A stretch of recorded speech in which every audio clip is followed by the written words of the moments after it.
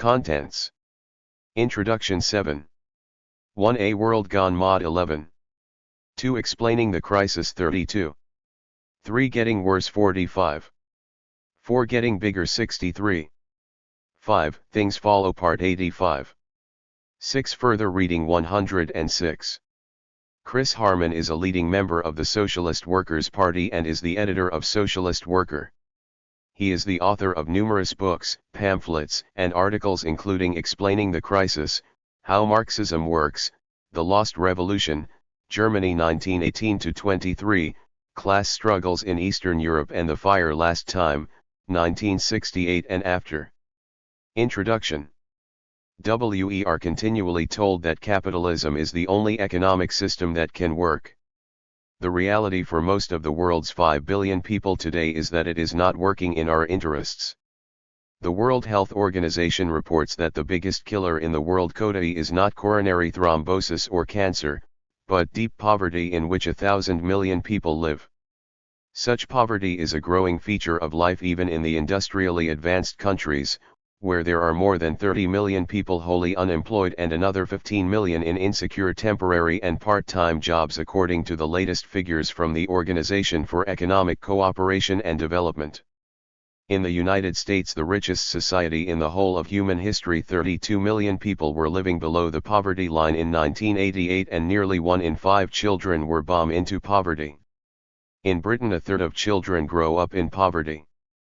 People with jobs face greater insecurity and stress than at any time in the last half-century. Work is the major cause of stress, according to a survey of more than 5,000 office workers in 16 countries, reports the Financial Times. More than half the respondents said stress levels had risen over the past 2 years. There is relentless pressure on the mass of people to work more and accept less pay than in the past. This is shown most vividly in the United States, where real wages have been falling for 20 years. According to the Los Angeles Times, the U.S. Department of Commerce notes. Economics of the Madhouse. From 1973, real wages fell at an annual compound rate of 0.7%. This trend continues. In the 3 months up to June 1974, the purchasing power of U.S. workers fell by 0.7%. A study by Juliet Shore called The Overworked American speaks of the unexpected decline of leisure. Americans now work an average of 164 hours more annually than 20 years ago. This amounts to about a month more at work per year. In Britain, Germany, and most of the rest of Western Europe, real wages were rising until recently. But here too the pressure is now on. In Britain there has been an attempt at a complete public sector wage freeze. In Germany, new taxes are due to cut the living standards of working-class families. And in both countries, Tory politicians are telling us we've had it too good for too long. Thus, German Prime Minister Helmut Kohl says West Germany must adapt to profound changes in its way of life with longer working hours, while British Employment Minister Michael Portillo claims, Europeans pay themselves too much and have holidays that are too long and working weeks that are too short. Politicians tell us that we have to stop expecting to have jobs for life and that we have to look at ways to cut down on the economic burden of paying pensions to a growing number of old people. This is now all part of the conventional economic wisdom preached by major governments. It is reinforced by the growing influence of what used to be ideas confined to the lunatic fringe of the right. In the U.S., people like Charles Murray have gained a huge hearing for their contention that if growing numbers of people are living in poverty, this is the fault of welfare provision, which has created an underclass of feckless people unable to seize the opportunities open to them. The only answer, the new right claim, is to abolish welfare provision for unmarried mothers who insist on having more children. In Britain too there is growing talk of the danger of welfare dependency, talk which is beginning to be heard in the Labour Party as well as Tory circles. If there are pools of poverty in the industrially advanced countries, there are huge seas of it in much of the rest of the world. The continents of Africa and Latin America actually got poorer in the 1970s and 1980s, with average income per head falling.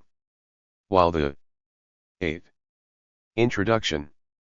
Poor have to scrimp and save to get by in Europe and the US, they starve by the millions in parts of Africa. There is little hope either in much of the former Eastern Bloc.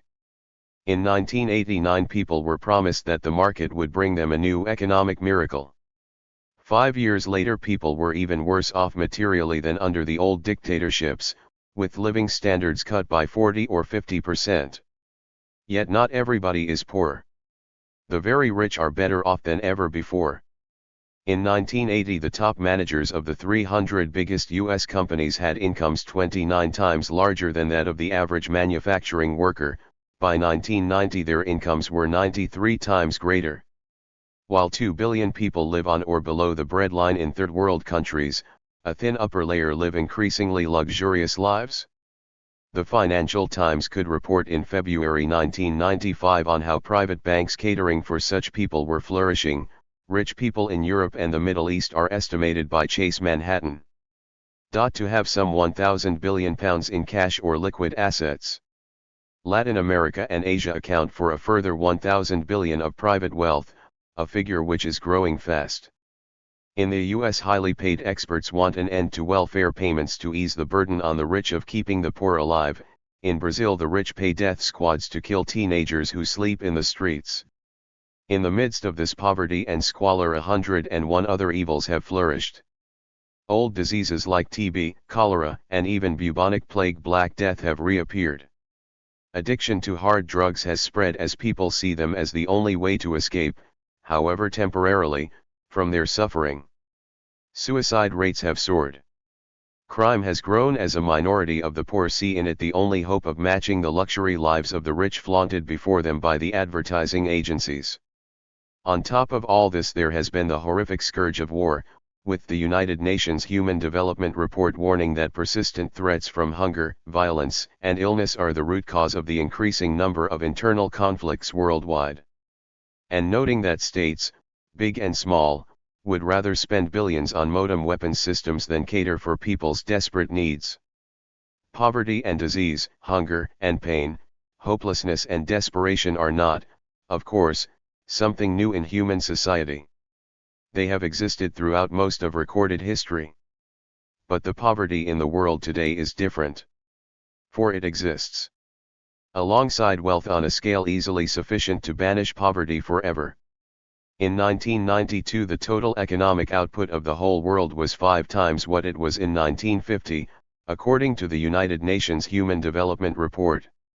Yet poverty, in many parts of the world is as bad today, if not worse than 45 years ago. Hunger exists alongside huge stockpiles of food. Witness the European Union's food mountains while governments in America and Europe pay farmers not to plant their land. People are told there is not enough wealth to go round while firms close factories and sack people who could be producing more wealth. The mass of people are told they cannot have jobs unless they work longer and harder for lower wages, while in every country a small minority at the top live it up as never before. In 1950 the richest fifth of the world's population took 30% of its incomes, today they take 60%. Meanwhile, the poorest fifth of humanity are left to share a mere 1.4% of total world output. Few of those who support the present organization of society expect things to get better. In many countries there are parties, like the Labour Party in Britain, that once promised to improve the condition of the poor with full employment, greater spending on welfare and a redistribution of income from the rich to the poor. Today they tell us these ideas are old-fashioned. A huge conundrum confronts us which none of the established political parties can come to terms with. More wealth is being produced than ever before in history. There are inventions for increasing the output of all sorts of things, including the basic foods denied to generations of humanity. Human beings can conquer outer space and explore the depths of the oceans. They can use machines to do backbreaking toil or send information from one side of the world to the other in a fraction of a second. Yet far from the burden of securing a livelihood getting lighter, it is often getting heavier. Instead of people looking forward to living more prosperous and comfortable lives, often they can only live in fear of things getting worse. Far from poverty disappearing, it grows. Chapter 1. A World Gone Mad. 1 are the poverty of economics. Professional economists are meant to be able to tell us how all this has come about. Yet anyone who looks to them for illumination will be sorely disillusioned. The dominant capitalist school of economics today is called the marginal or neoclassical school. This is what you will be taught if you study economics at further education colleges, in an adult education class or at university. Its proponents claim that their economics is a technical discipline, the human science that studies the relationship between scarce resources and the various uses which compete for these resources. Production takes place, they claim, according to the law of supply and demand. Demand depends upon the choices individuals make, the margins by which they prefer some things to others as shown by the way they spend their money.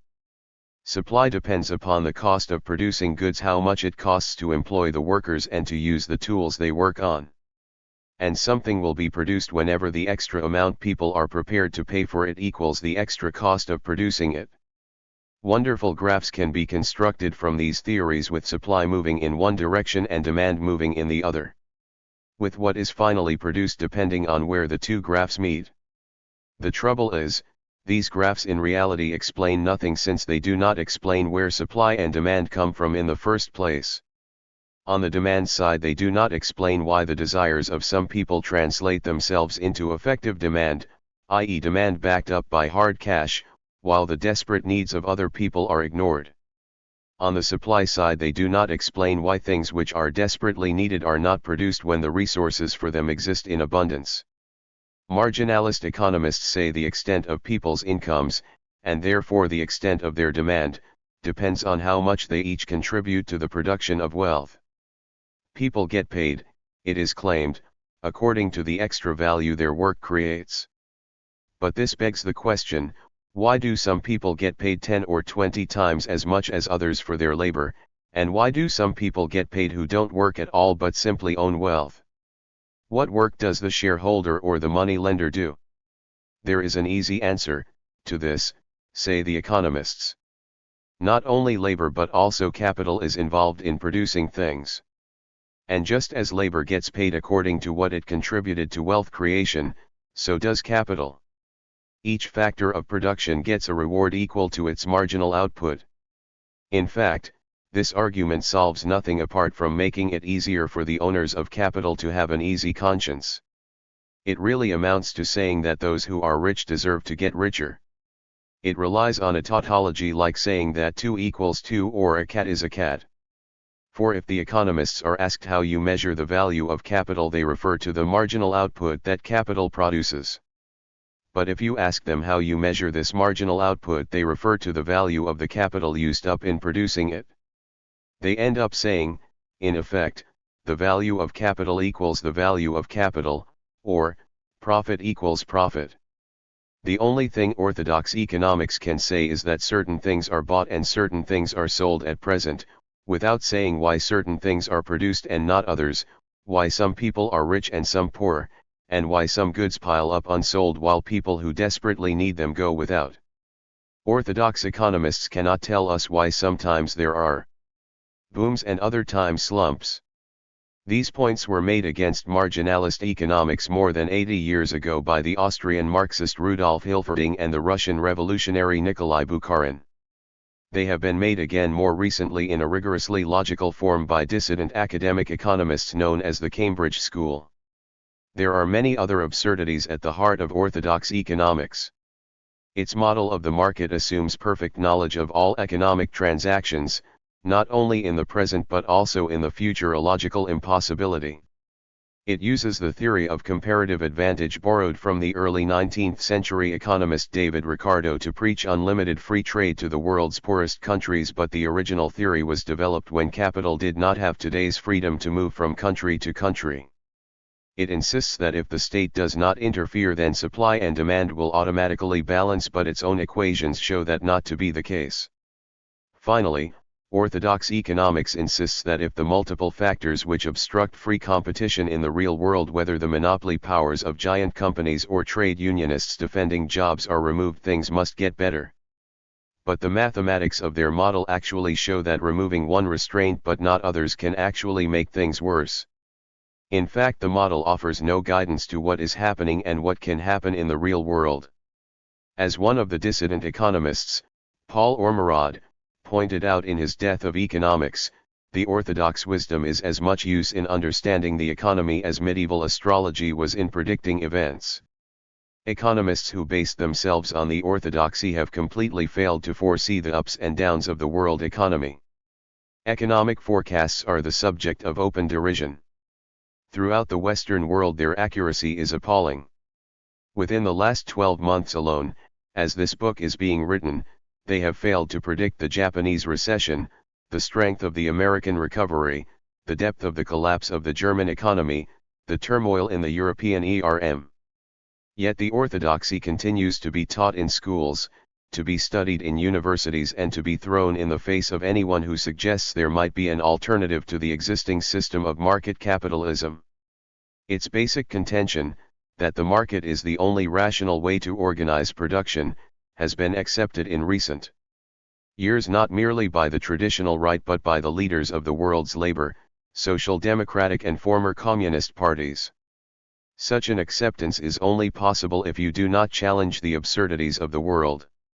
The orthodoxy rests on taking the world at face value, on saying that things are as they are because they are as they are.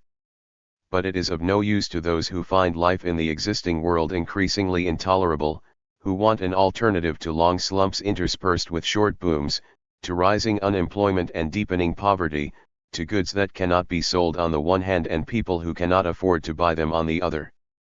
To come to terms with these problems you need a different approach. To explaining the topsy-turvy world, Karl Marx's approach to economics was very different to today's orthodoxy. He became interested in economics because he could see the inhuman absurdity of the new economic system capitalism then growing around him in Germany in the mid-1840s. He could already see it was a society in which people were continually being told to work harder in order to produce wealth, but reaping no benefit from their efforts. As he put it in 1844, the more the worker produces, the less he has to consume. The more value he creates, the more valueless, the more unworthy he becomes, replaces labor by machines, but it throws one section of workers back to a barbarous type of labor, and it turns the other section into a machine. It produces intelligence but for the worker, stupidity. It produces palaces but for the worker, hovels. It produces beauty but for the worker, deformity. The worker only feels himself outside his work, and in his work feels outside himself. He feels at home when he is not working, when he is working he does not feel at home. 4 years later he wrote, "The worker works in order to live. He does not even reckon labor as part of his life, but rather a sacrifice of his life. What he produces for himself is not the silk that he weaves, not the gold that he draws from the mine, not the palace that he builds. What he produces for himself are wages, and the silk, gold, and palace resolve 14. themselves for him into a definite quantity of the means of subsistence, perhaps into a cotton jacket, some copper coins and a lodging in a cellar. And the worker who for 12 hours weaves, spins, drills, turns, builds, shovels, breaks stones, carries loads, etc. Does he consider this 12 hours weaving, spinning, drilling, turning, building, shoveling, stone breaking as a manifestation of his life, as life? On the contrary, life begins for him when this activity ceases, at the table, in the public house, in bed. Marx's economic writings are about how this form of society came into being and perpetuates itself. As such, they are also writings about what established academic thinkers refer to as philosophy, sociology, and histoi. They are not mainly about how things have one price rather than another, nor even about why and when economic crises take place. Rather, they are about the whole world of alienated labor, a world in which human activity takes on a life of its own and dominates human beings themselves, a world of endless work and unemployment, overproduction, and starvation. In his earliest writings, Marx stressed the absurdity of this upside-down world. The word he used to describe this, alienation, came from the German philosopher Hegel, whose own writings are often somewhat obscure. But Marx also based himself on various other sources. He used the accounts of the capitalist economic system to be found in the writings of founders of orthodox capitalist economics like Adam Smith and David Ricardo. And he drew on the experience of the first workers' movements to fight back against the system, including the Chartists in Britain. In Marx's later economic writings, especially his three-volume work Capital, he dropped much of the philosophical language. This has led some people to claim that his whole approach to economics had changed. In fact, the aim of Capital is to explain the way in which the whole world of alienated labor develops, as an inhuman force dominating living human beings. This is clear from the notebooks Marx wrote immediately before compiling the final draft of Capital. Thus, he tells: the rule of the capitalist over the worker is the MLE of the object over the human, of dead labor over living, of the product over the producer, since in fact the commodities which become the means 15. Of domination over the worker are, the products of the production process. It is the alienation process of his own social labor. He makes the point that the capitalist system restricts both what the individual capitalist and the individual worker can do. But while the worker, as its victim, stands from the beginning in a relation of rebellion towards it and perceives the process as enslavement, the capitalist is rooted in the alienation process and finds in it his highest satisfaction. The self-expansion of capital is the determining, dominating, and overmastering purpose for the capitalist, the absolute driving force and component of his action. 3. Production and commodities. You cannot understand any society, Marx pointed out, unless you look at how the people in that society get hold of the things they need to survive: their food, shelter, and clothing. 4. Until they have a sure supply of them, they can do nothing else. But getting these things has always depended on humans cooperating to change the natural world around them. Unlike other animal species, we are not equipped with special teeth or claws that enable us to kill wild animals or chew raw vegetation. We don't have fur to keep us warm. The only way humans can live and protect themselves from the vicissitudes of nature is by working to change it. As Engels put it, labor is the source of all wealth, next to nature. But it is even infinitely more than this. It is the prime basic condition for all human existence. Historically, human labor has taken a variety of forms. For many tens of thousands of years it involved men and women working and living together in bands of about 40, collecting plant fruit and roots and killing wild animals. They were able to do this without rulers or male dominance over women. Then, about 10,000 years ago, it began, in different parts of the world, to involve the planting of crops and the domestication of animals. But the organization of labor still did not involve one group in society lounging around in idleness while everyone else toiled. There was still a rough equality between all men and women, with a distribution of food, shelter, and clothing according to people's needs, a state of affairs that persisted in many parts of the world right through to the colonial conquests of the last century. 16. In these societies there is no sign of the selfish, grasping, competitive human nature we take for granted under capitalism. Thus an early 18th century observer of the Iroquois cultivators noted: if a cabin of hungry Iroquois meets another whose provisions are not entirely exhausted, the latter share with the newcomers the little which remains to them without waiting to be asked, although they expose themselves thereby to the same dangers of perishing as those whom they help. Of another group, the Montagnais, a Jesuit priest noted: ambition and avarice do not exist in the great forests.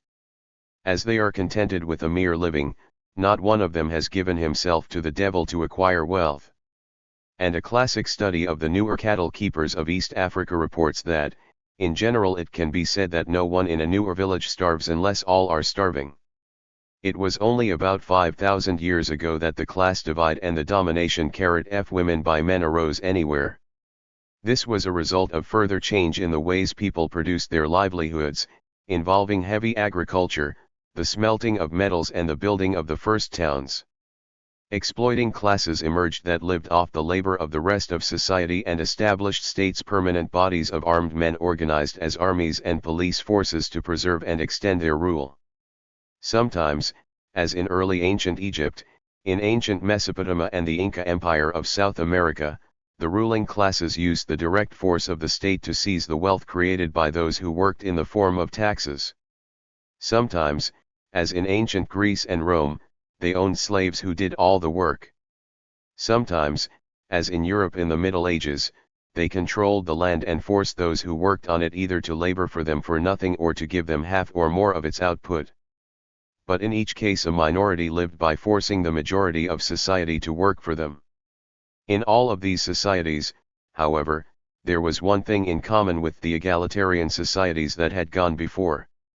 The goal of work was the immediate satisfaction of people's needs, although now the needs of a ruling minority took priority over those of the great majority of people. The slave, peasant, or handicraft worker toiled to produce goods which would immediately be used either by themselves or by those who lived off their backs. So if the slave owner ate too much, or built himself too grandiose a palace or tomb, the slave would not have enough to live on and would go hungry.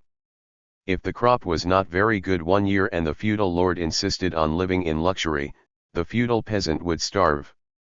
But what was impossible was a situation in which people would go hungry, as under the present system, because too much was being produced. Production was for use, even if to a large extent for the use of one class which exploited everybody else. For this reason, Marx followed other economists in calling it the production of use values. However, in the society we live in today, capitalism, very little production is for immediate use. Car workers do not produce vehicles for their own immediate use, or even for the immediate use of their managing director. They produce cars so that their employer can sell them to someone else.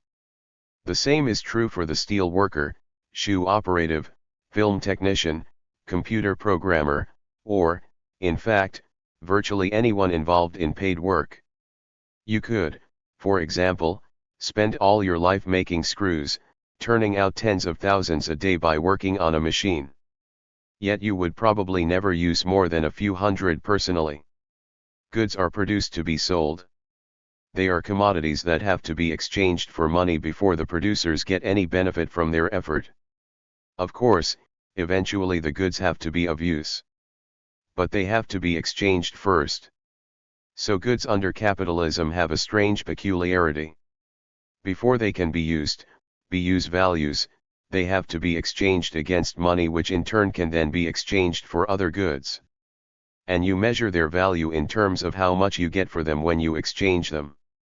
What is key is exchange value, how much money, and therefore how many other goods, you can get for your goods. Through exchange, the effort put in by one individual is linked to that of millions of other individuals through the world system. This becomes obvious when you look at what you buy with the money you get for what you yourself produce. Say you buy a basket full of groceries from Tesco's. You have bread baked with wheat from Canada, apples and pears from South Africa or New Zealand, rabbit from China, tins of anchovies from Peru, flowers from Kenya, tin from Malaya or Bolivia, iron from the Great Lakes smelted in Germany, plastic wrapping made from oil from Saudi Arabia or Kuwait. Any individual is thus linked to a system using the labor of people right across the world. These worldwide linkages between the labor of many thousands of different people exist, despite the fact that there is no conscious coordination between them. They all work for different competing firms in different competing countries. Yet it is as if their labors were pooled together. There is a world system of production, but it is organized through the blind competition of individual firms, or, to use Marx's phrase, there is social production but individual appropriation. Four labor and wealth economists before Marx had begun to provide an account of this system. They referred to the invisible hand tying the activities of people together. They had also noted something else, that Marx accepted. All commodities have one thing in common. They are all the product of human labor. Marx in Capital asks what it is that two very different objects that cost the same amount of money have in common, say a pair of socks and a loaf of bread. It is not their physical characteristics. They weigh different amounts, they are made up of different molecules, have different shapes and so on. Nor is it the use we finally make of them. You don't normally wear a loaf of bread or eat a pair of socks. Comparing the use to which we eventually put bread with the use to which we eventually put a sock is like comparing the weight of an elephant with the color of the sky. They are completely different things. Instead, Marx argued, what the two have in common is the amount of labor that goes into making them. Further, it is this that actually determines their values. This is easiest to understand when you have people making things to exchange among themselves. A carpenter might make a table and exchange it for a suit made by a tailor, but not if he could make a suit of the same quality in less time than it takes him to make the table. He reckons that the suit is worth at least the same number of hours of work as his table. The same principle applies when people make things and sell them for money. The carpenter will sell a table which takes him say 4 hours to make to the sum of money that will enable him to buy something else which takes 4 hours to make. The 19.20 price of the table expresses the amount of labor that went into making it. Of course, not all carpenters will be skilled enough to do the requisite job in 4 hours. Some will take twice as long. But no one will be prepared to pay them the equivalent of 8 hours work for the table, when someone else will supply it for the equivalent of 4 hours work. The price of the table expresses not the amount of work done by any particular individual, but the amount of labor required by an individual of average skill. Through exchange, each individual's labor is continually compared with labor throughout the system as a whole. Or, as Karl Marx put it, the concrete labor of each individual is measured as a portion of the social labor of society as a whole. Marx did not originate the view that labor was the ultimate source of value. This was accepted, at least in part, by many of the first economists to identify with the rising capitalist system, from John Locke at the close of the 17th century, through Adam Smith in the 18th century to David Ricardo in the early 19th century. Thus Adam Smith argued, the real price of everything, what it really costs the men who want to acquire it, is the toil and trouble of acquiring it. It is not by gold or silver, but by labor, that all the wealth of the world was originally purchased, and its value to those who possess it and who want to exchange it for some other object, is precisely equal to the quantity of labor which it enables them to purchase or command. But pro-capitalist proponents of any such labor theory of value have always run into an almost insuperable problem. If labor is the source of value, how does profit arise? If all goods are exchanged according to the amount of labor contained in them, then everyone in society should be on a more or less equal footing. Some might choose to work longer, and so get a little more wealth and a little less leisure. But people should lead equally satisfactory lives. Again, some people might be less skilled and lose out at first, but over time they should catch up. So where could systematic profit-making come from? Individuals might make a profit by fiddling other individuals. But this could not explain how there was a whole class of rich people and, indeed, under modern capitalism nearly all those who actually sell goods are rich. As Marx pointed out, the class of capitalists taken as a whole cannot enrich itself as a class, it cannot increase its total capital. By one capitalist gaining what another loses. The class as a whole cannot defraud itself. But if capitalists do not get their profits from each other, then they must get them from elsewhere. But where? Already, nearly 100 years before Marx, Adam Smith had tried to explain profit by mixing his view of labor as the source of value with another view, which saw capital as adding to value by producing a revenue. Now some forms of capital, machines, factory buildings, and so on do make labor much more productive than it would be otherwise. Even the most elementary tool adds enormously to human productivity. A laborer with a wheelbarrow can move a much bigger weight with less effort than someone carrying things on their back. But machines and factory buildings are not things that exist in their own right. They are the product of previous human labor. The wheelbarrow which aids the toil of the laborer is itself the product of the toil of the metal worker. That was why Marx called the means of production dead labor. The value of goods on sale still depends on the labor that goes into them, although some of that is past rather than present labor. If a capitalist says he should be rewarded for making an investment in plant or machinery, he has to be asked how the plant or machinery got into his hands, rather than into the hands of those whose labor first made it. What is more, there is no way that a machine can add to the value of something without being worked on by living labor. A machine by itself does nothing. It is the human being operating the machine that causes it to turn out new goods, with an increased value. The human being can make things without the machine.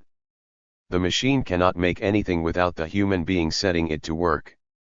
The fact that it is human labor that ultimately determines the exchange value of things is shown by what happens with modern technological advance. Items that used to be very expensive 20 or 30 years ago have fallen in price as technological advance has reduced the amount of labor needed to produce them, even 21. 22. Though the machines involved in their production have often got more complex and expensive. So an electromechanical adding machine used to cost £40 or £50 in the 1960s, but you can buy an electronic calculator with greater power today for £1 or £2. Similarly, a medium-powered computer would have cost you £500,000 then. Now you can get one of similar power for £600 or £700. The goods which have not fallen in price in this way are the goods that still require nearly as much labor to produce as in the past: cars, food and drink, bricks and mortar, and much clothing. 5. Profit and exploitation. The idea that labor is the source of all value, including that which goes to the capitalist as profit, interest, and rent, became increasingly embarrassing to apologists for capitalism after the time of Adam Smith. It implied that the capitalists were just as big parasites as the feudalists they replaced. This led pro-capitalist economists to develop different theories based on abstinence to explain profit. Profits, they now claimed, were a reward to the capitalist for using his wealth to employ people rather than for his own immediate consumption. But as Marx pointed out, this is absurd. Employing people involves buying their labor. If a capitalist gets a profit for doing this, then everyone else who buys something should get a profit. So why don't workers get a profit when they buy the things they need to live on? The abstinence theory is pure mythology. The capitalist does not sacrifice his existing wealth when he invests. In fact, his investment preserves its worth, while profit is something he gets on top for doing nothing. So if real profit rates are 10%, someone with £1 million to invest can spend £100,000 a year on indulging themselves in the most unabstemious way and still be worth as much at the end of the year as at the beginning, and get another £100,000 the next year for doing nothing. By contrast, even if a worker earning today's average 1995 wage was able, miraculously, to abstain from food, shelter, and clothing completely, it would take him or her 80 years to earn enough to make such an investment. What is really happening, Marx insisted, is that the capitalist is able to make a profit by seizing some of the labor of his workers, just as the slave owner could enjoy a life of luxury by forcing slaves to toil for him, and the feudal lord could fill his belly by making the peasant work on his estate for nothing. The only difference is that there was nothing to conceal from slaves or the medieval peasants the all too harsh reality that the fruits of their labor were being taken by someone else. They knew it because someone stood over them with a whip or cudgel. By contrast, there seems to be a fair and equal exchange between the worker and the capitalist under the present system. Workers sell their labor for a sum of money, their wages. And what they get depends on the going rate for the job, much as what the greengrocer gets for eggs depends on the current price. There is, it seems, a fair day's work for a fair day's pay. But this apparently fair exchange between the worker and the capitalist disguises a fundamental inequality between them. Both have the ability to work. But only one of them, the capitalist, has control of the tools and the materials which are required for work to go ahead. But if people do not have access to tools or land, then they are faced with the grim choice of going hungry or of working for those individuals who do own tools or land. As Adam Smith pointed out, in the original state of things, which precedes both the appropriation of land and the accumulation of stock, the whole product of labor belonged to the laborer. But as soon as the land becomes private property, the landowner demands a share of the produce. The produce of all labor is liable to a like deduction of profit. In all manufactures, the greater part of the workmen stand in need of a master to advance them the materials of their work. He shares in the product of their labor. What was true in Adam Smith's day, when many small farmers and self-employed artisans still owned the means for making a living on their own behalf, is 100 times truer today. All the means for making wealth, the factories, the machines, the agricultural land, are in the hands of a very small number of people. In Britain, 200 top companies, run by an interlocking group of some 800 directors, control the means of production responsible 24 for turning out over half the national product. The great bulk of the 24 million strong workforce in Britain have no choice but to seek to work for such people. This applies not merely to the manual workers, who are usually identified as the working class. It also applies to very many white-collar employees who think of themselves as middle class. Filing clerks, computer operators, subeditors on magazines and newspapers, or shop assistants are all forced to sell their labor just as much as car workers or dockers. Very few people who leave school or who are made redundant have the means to set themselves up in business on their own. The only alternative to trying to sell their labor to the firms owning factories and offices is to try to live on the pittance provided by the welfare system.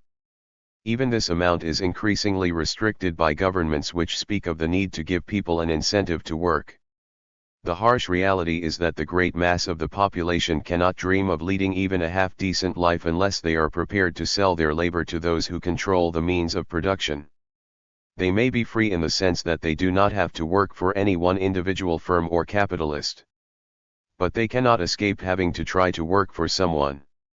As Marx put it, the worker can leave the individual capitalist to whom he hires himself whenever he likes. But the worker, whose sole source of livelihood is the sale of his labor, cannot leave the whole class of purchasers, that is the capitalist class, without renouncing his existence. He belongs not to this or that bourgeois, but to the bourgeois class. The worker may not be a slave, the personal property of one capitalist. But he or she is a wage slave, compelled to toil for some member of the class of capitalists. This puts the worker in a position where he or she has to accept a wage less than the total product of their labor. The value of their wage under capitalism is never nearly as big as the value of the labor they actually do. 6. Where profit comes from. In everyday language we often say that workers are paid for their labor. But Marx pointed out that the phrase their labor means two different things. It means the labor they do, but it also means their capacity to work, which he baptized labor power. The two things are very different. People's capacity to work depends on them getting enough food, shelter, clothing, and rest time to enable them to arrive at work each day fresh enough to put in the required effort and pay sufficient attention to the tasks facing them. They will be physically incapable of work unless they get paid enough to buy these things. As Adam Smith noted, there is a certain minimum below which it is impossible to reduce for any considerable time the ordinary wages of even the lowest species of labor. A man must always live by his work, and his wages must be enough to maintain him. They must even on most occasions be somewhat more, otherwise it would be impossible for him to bring up his family, and the race of such workmen could not last beyond the first generation. Exactly what counts as enough for workers depends on the job they do and the general conditions in the society in which they live. So workers in Western Europe, the US, Japan or even South Korea today normally expect to get better food, shelter, and clothing and more rest time than did the Manchester workers Engels met the mid-1840s or, for that matter, many workers in India or Africa today. And the more far-sighted employer sometimes recognizes that he must provide his workers with certain minimum conditions if they are to toil productively, just as the clever farmer knows he has to give his cows an adequate amount of hay if he is to get a high milk yield. An article in the Financial Times in January 1995 reported, many managers realize that unless their staff take their holidays and maintain a life outside work they will fail to perform effectively. I insist on my staff taking their holidays, explained a partner at one leading British accountancy firm. Otherwise they become less productive. Of course, many employers do not see it like this. They resent every penny they spend on wages and every minute workers are not toiling for them. And the workers certainly do not see their wage as being just a means to enable them to work for the employer. They see it as something which gives them the chance to buy what they want, whether it is a few pints of beer, a second-hand car, toys for the kids, or a couple of weeks' holiday. That is why there is always a continual struggle between employers and workers, with employers trying to force wages down below the minimum needed to sustain the lives of the workers' families. 25. And the workers trying to force wages above this minimum, to give themselves a little more free time and a few little luxuries. But the reality under capitalism today, just as much as in Marx's time, is that the mass of manual and white-collar workers are physically or mentally exhausted when they finish work, spending their money on things that do little more than restore them to a condition to resume work the next day or the next week. You don't see many manual or white-collar workers who are not tired when they crowd into the buses or trains to work in the morning, or when they crowd into them again to return home in the evening.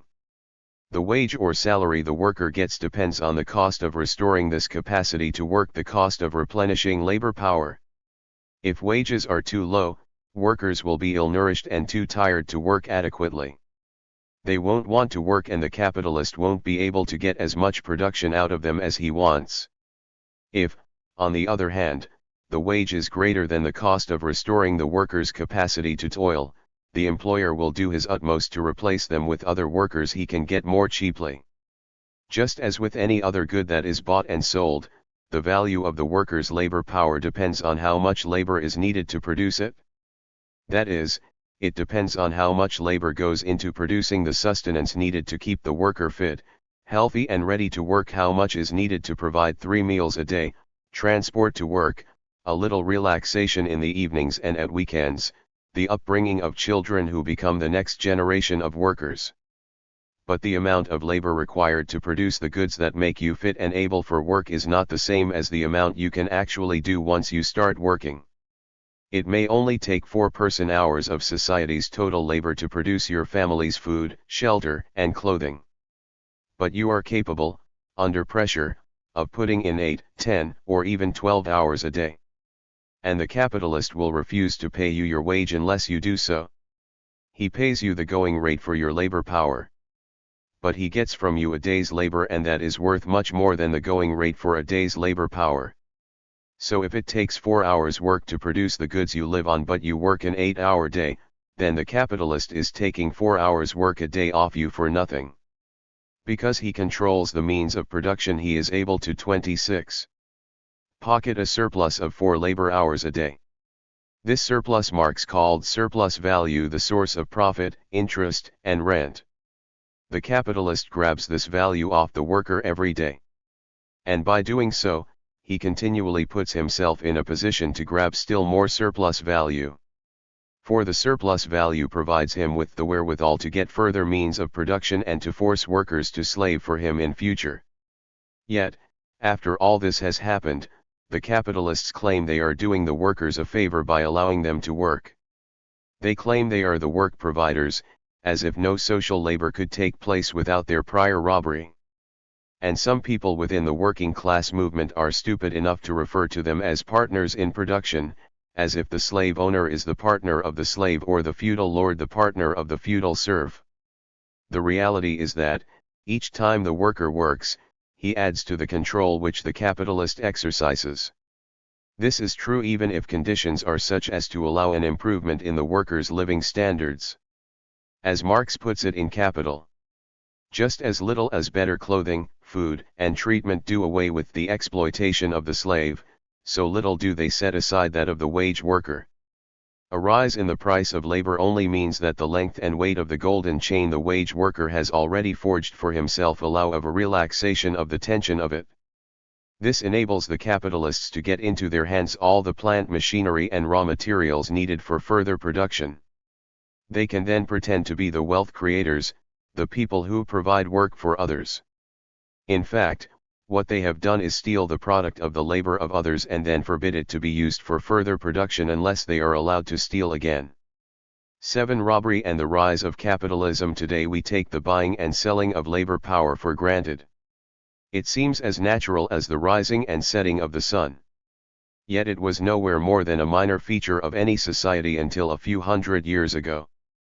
In Europe in the late Middle Ages, or in Africa and Asia at the time of European colonization in the 18th and 19th centuries, most people had some direct access to the means of getting a livelihood, even if they had to hand over a slice of what they produced to a parasitic landlord. Peasants could grow 28. Food on their own land.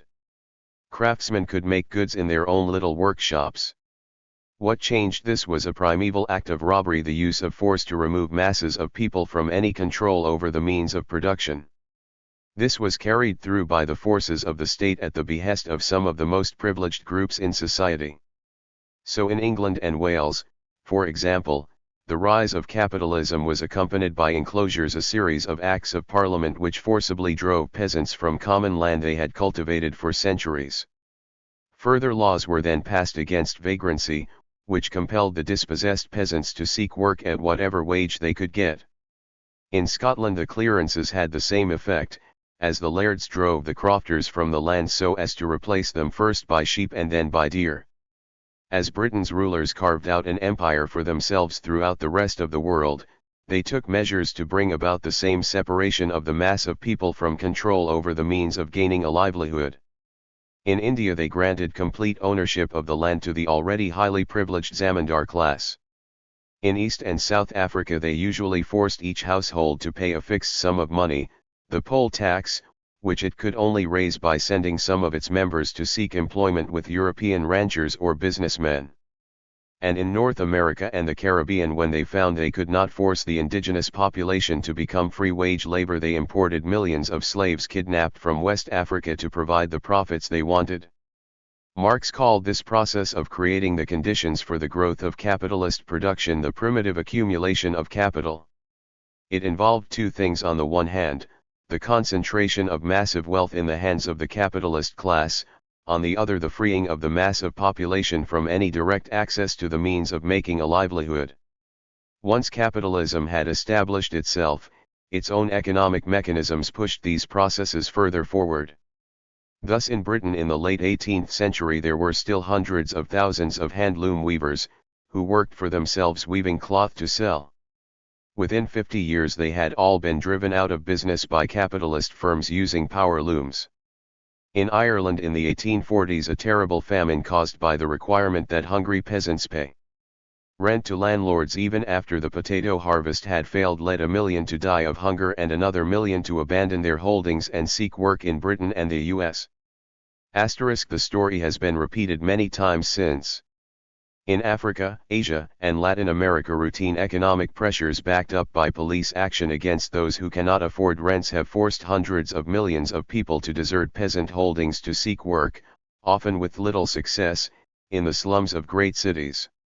There they have no choice but to toil for whatever wage they can get. Once capitalism is fully established in any part of the world, its need for direct force to make people work diminishes. Over time people forget that they were once able to make a livelihood without working for someone else. They begin to take for granted the relationship between the boss and the worker. And all too often they accept the capitalist message which disguises the reality of wage slavery behind talk of capitalists providing work. The fact of exploitation of a few people getting hold of value created by many is hidden from view. Marx used the term fetishism of commodities to refer to such a situation. H.G. Carrot pointed out that people make the mistake of only looking at what happens on the capitalist market, without seeing the real human relationships which underlie it. The conclusion is that there is no other way of organizing things. 8. The dynamic of capitalism. Marxism is outdated, says Tony Blair, leader of the Labour Party, because, he claims, it does not understand the dynamism of the market economy. Such a claim shows Tony Blair's ignorance about Marx's ideas. For Marx's whole analysis of capitalism was based on an understanding of the dynamism of the system, of its inability to stand still, of its relentless transformation of production, and of the lives of those who worked within its system. The Communist Manifesto, which Marx wrote with Friedrich Engels early in 1848, insisted. The bourgeoisie, during its rule of scarce 100 years, has created more massive and more colossal productive forces than all the preceding generations put together. It emphasized the continual transformation of industry under 29. 30. Capitalism. The bourgeoisie cannot exist without constantly revolutionizing the means of production. Constant revolutionizing of production. Distinguish the bourgeois epoch from all earlier ones. In Capital, Marx sees the continual drive to build up ever bigger industry as the characteristic feature of capitalism. Fanatically bent on making value expand itself, he ruthlessly forces the human race to produce for production's sake. Accumulation for the sake of accumulation, production for production's sake. Capital shows how this inbuilt obsession with accumulation arises from the very nature of the capitalist market. The work's first volume begins with analyzing production for the market, then looks what happens when wage labor arises and labor power becomes a commodity, and culminates in showing how production using wage labor brings about a process of compulsive accumulation that ignores human need and individual desires. Marx's disagreement with Tony Blair and other allegedly modern, but in reality very old-fashioned, pro-capitalist thinkers, is not because he fails to see capitalism as dynamic. It is because he sees, as they do not, that its dynamism is inseparable from its inhumanity and irrationality. Capitalism is based on a system of social production, involving today a worldwide workforce of about 3 billion people. Yet the organization of production is by separate, rival firms, motivated only by the need to keep ahead of each other in competition. The fact that each firm is involved in exploiting wage labor means that none of them dare rest on its laurels. However successful a firm may have been in the past, it lives in fear of a rival firm investing profits in new and more modern plant and machinery. So every firm has to worry continually about keeping its profits ahead of its rivals. And that means every firm trying to get its workers to do as much as possible for as low wages as possible. No capitalist dare stand still for any length of time. That would mean falling behind the competitors and eventually going bust. It is this which explains the dynamism of capitalism. The pressure on each capitalist to keep ahead of every other leads to continual upgrading of plant and machinery, and continual pressure on workers to provide the profits which make the upgrading possible. But it is this too which makes the system inhuman. In a sane world, the introduction of new labor-saving equipment would lead automatically to higher living standards and a shorter working week. But not under capitalism, where each firm is intent on cutting its costs to stay in business, and that means trying to hold down workers' living standards. The inhumanity and irrationality of decision-making under capitalism are such that even the bosses are not free to do what they want. They can choose to exploit their workers in one way rather than another. But they cannot choose not to exploit their workers at all, or even to exploit them less than other capitalists do unless they want to go bust. They themselves are subject to a system which pursues its relentless course whatever the feelings of individuals. Capitalism is indeed a rat race. Any capitalist who is not a rat, who tries to treat workers well, putting their needs above the drive to compete, does not last for long. Furthermore, the bund competition between capitalists inevitably creates conditions which threaten to throw the whole system into chaos. The production of rival firms is linked by the market. No one capitalist can keep production up unless he sells his goods. But the ability to sell depends on the spending of other capitalists, on then direct spending on goods, and on the wages which they pay to the workers. But these capitalists cannot spend unless they have sold their own goods. The market makes production anywhere in the system depend on what is happening everywhere else. If the chain of buying and selling breaks down at any point, the whole system can begin to grind to a halt. Then an economic crisis results. 31. Chapter 2. Explaining the crisis. 9 Boom and slump. The history of industrial capitalism has been a history of booms and slumps of what establishment economists call the business cycle. For nearly 200 years there have been spells of frenetic expansion of production interspersed with sudden collapses, in which whole sections of industry grind to a halt. We have been through 3 such recessions in the last 20 years, and each has imposed a heavier burden on those who work than the one before, with people's lives devastated as they have lost their livelihoods and sometimes their homes as well. Such periodic crises are built into the way the system runs. Each firm is out to maximize profits. If profits seem easy to make, then firms right through the system expand their output as rapidly as possible. They open up new factories and offices, buy new machinery and take on employees, believing they will find it easy to sell the goods that are turned out. As they do so, they provide a ready market for other firms, who can easily sell plant and machinery to them, or consumer goods to the workers they've employed. The whole economy booms, more goods 32 are produced, unemployment falls. But this can never last. A free market means there is no coordination between the different competing firms. So, for example, the car manufacturers can decide to expand their output, without there being at the same time any necessary expansion by the firms that make steel for car bodies or the plantations in Malaysia that produce rubber for tires. In the same way, firms can start taking on skilled workers, without any of them agreeing to undertake the necessary training to increase the total number of such workers. All that matters to any of the firms is to make as much profit as possible as quickly as possible. But the blind rush to do so can easily lead to the using up of existing supplies of raw materials and components, skilled labor, and finance for industry. In every boom that capitalism has ever experienced, a point has been reached at which shortages of raw materials, components, skilled labor, and finance suddenly arise. Prices and interest rates begin to climb, and this in turn encourages workers to take action to protect their living standards. The bunjay inevitably results in rising inflation. And, more seriously for the individual capitalists, rising costs quickly destroy the profits of some firms and force them to the edge of bankruptcy. The only way for them to protect themselves is to cut back production, sack workers, and shut down plants. But in doing so they destroy the market for the goods of other firms. The boom gives way to a slump. Suddenly there is overproduction. Goods pile up in warehouses because people cannot afford to buy them. The workers who have produced them are sacked, since they cannot be sold. This means workers can buy fewer goods and the amount of overproduction in the system as a whole actually gets greater.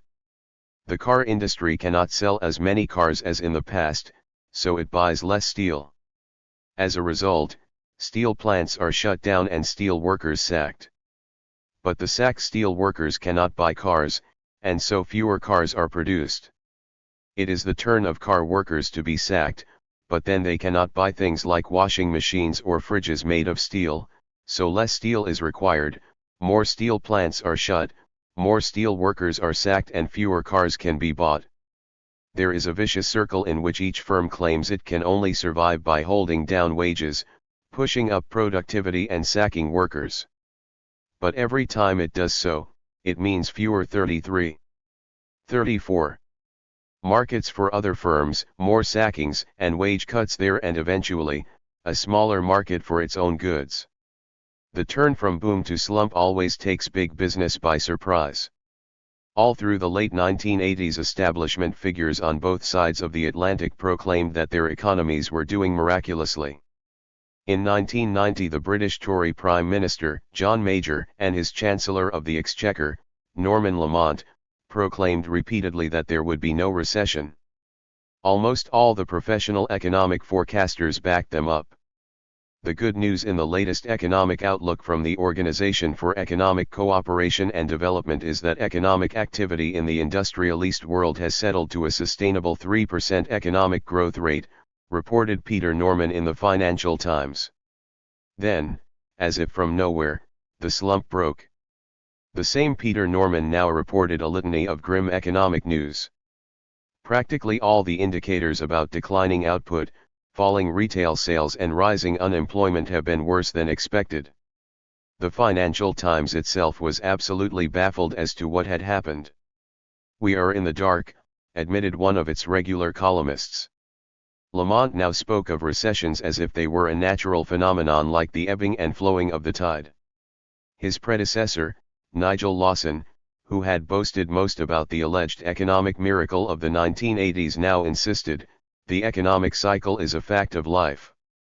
There always have been and there always will be these ups and downs. As Marx noted, businessmen always think things are going wonderfully until the slump suddenly breaks. Business always appears thoroughly sound until suddenly the debacle takes place. But break the slump always does. And it always leads to a massive devastation of people's lives and a massive waste of resources. Yet the response of employers and governments to the slump is always to tell people that there is not enough to go round, and that everyone has to make sacrifices and tighten their belts. In the recession of the early 1990s, the British economy produced in each year at least 6% less than it could have done, leading to a total loss of up to £36 billion of output each year for nearly 3 years. To put it another way, the loss each year was nearly as much as the cost of the National Health Service. The recession was less serious in the US than in Britain. Nevertheless, its output loss was more than $50 billion per year. If it had grown modestly, there would have been an extra $150 billion of output a year, a figure equal to that which the whole black population of sub-Saharan Africa have to live on. And that is by no means an exhaustive account of the total waste involved. For this was not the first, but the third crisis the Western world had gone through in the previous 16 years. If the Western economies had been able to grow through these years at the same average speed as in the 20 years before, then total output would have been more than 40% higher than it was. The waste resulting, worldwide, from economic crises is much greater than that caused by all the natural catastrophes, all the earthquakes, volcanic eruptions, floods and epidemics combined. But economic crises are not natural disasters. The means of producing the things people desperately need continue to exist just as much in the midst of an economic crisis as before. On the one side, the factories, mines, dockyards, fields, etc., capable of turning out goods, on the other the workers capable of laboring in them. It is not some natural catastrophe which stops unemployed men and WC*N working in the closed-down industries, but the organization of capitalism. 10. Capitalist economics and the economic crisis. Despite the waste and devastation of people's lives caused by capitalist crisis, most mainstream economists have tried to pretend that they do not really happen. They have followed a law developed by a French economist who lived 2 centuries ago, Jean-Baptiste Say. He said that crisis is impossible, since every time a good is sold by someone it is bought by someone else. This law is built into the marginalist or neoclassical school of economics today. It claims the invisible hand of the market automatically ensures that any goods produced can be bought, that supply equals demand. The prices of goods, it says, act as signals telling capitalists what to produce. This theory underlies all the fashionable praise for markets by politicians throughout the world today. It is their justification for dismantling controls, privatizing industries, and declaring that socialism is out of date. The theory is full of holes. 35. 36. Price signals can never relate output and demand, selling and buying, production and consumption, smoothly. Production is always a process taking place in time. Price signals do not tell you what will be wanted when production is finished, but what was wanted before it began. This time factor creates immense problems, even with the simplest forms of commodity production like the growing of grain by a mass of small farmers. If there is bad weather one year and the crop suffers, then prices do indeed rise. This cannot, however, cause more production of grain that year. In the real world the farmers have to wait until the following spring to sow their next crop. They may respond to price signals by sowing a bigger area than previously. But unless, by coincidence, one year of bad weather is followed by a second such year, the only result will be to produce more grain than consumers demand. The best known such problem is called the pig cycle, because pig farmers repeatedly find that either the demand for pork exceeds the number of pigs they have ready to sell, or the number of pigs on their hands is much greater than the willingness of people to buy pork. But similar ups and downs have always beset every sort of agricultural production. The cycles do not go away when you move from a world of small farmers to one of giant capitalist firms. In fact, they get worse. Industrial production does not begin just a few months ahead of final consumption. It depends upon making a huge investment in fixed capital, on building factories and installing machinery, over several years. Since there is a free market, there can be no coordination between rival firms. And so alternations of overproduction and excess demand, of slump and boom, are even more pronounced than in a purely agricultural system. The only way for the orthodoxy to get round the problem is to ignore it. This was openly recognized by one of the founders of marginalism, Leon Walras. "We shall resolve this difficulty," he wrote, "purely and simply by ignoring the time element at this point." Roy Radner, an economist who set out in the late 1960s to prove mathematically that the competitive market economy would produce an equilibrium, a stable balance between what was produced and what was required, was forced to conclude that this was impossible. For it assumed that those involved in the system would have to work out, in advance, how they would respond to all the possibilities facing them at any point in the future. The model of a perfect balance, he concluded, breaks down completely faced with the impossibility of people doing so. In fact, in the real world, if an equilibrium is eventually reached between production and consumption, it is not by a smooth, efficient, painless fitting together of supply and demand, but by violent convulsion, the slump. Two schools of pro-capitalist economists have recognized this. The Great Crisis of the 1930s led some economists, most notably John Maynard Keynes, to reject the crude version of Say's law. Keynes was a supporter of capitalism. He himself made a fortune speculating on the stock exchange, but he wanted to save it from itself. He accepted much of the theoretical framework of the dominant marginalist economics. But if the system were left to itself, he argued, slumps would occur in which both the market for goods and the output of them fell, so that supply and demand were only equal to each other because both were at a very low level. This led him to reject the conventional wisdom of his day and of RD-Y more than 60 years later that the economy would automatically blossom if only governments stopped poking their noses into the economy. Keynes held, to the contrary, that only government intervention could stop slumps.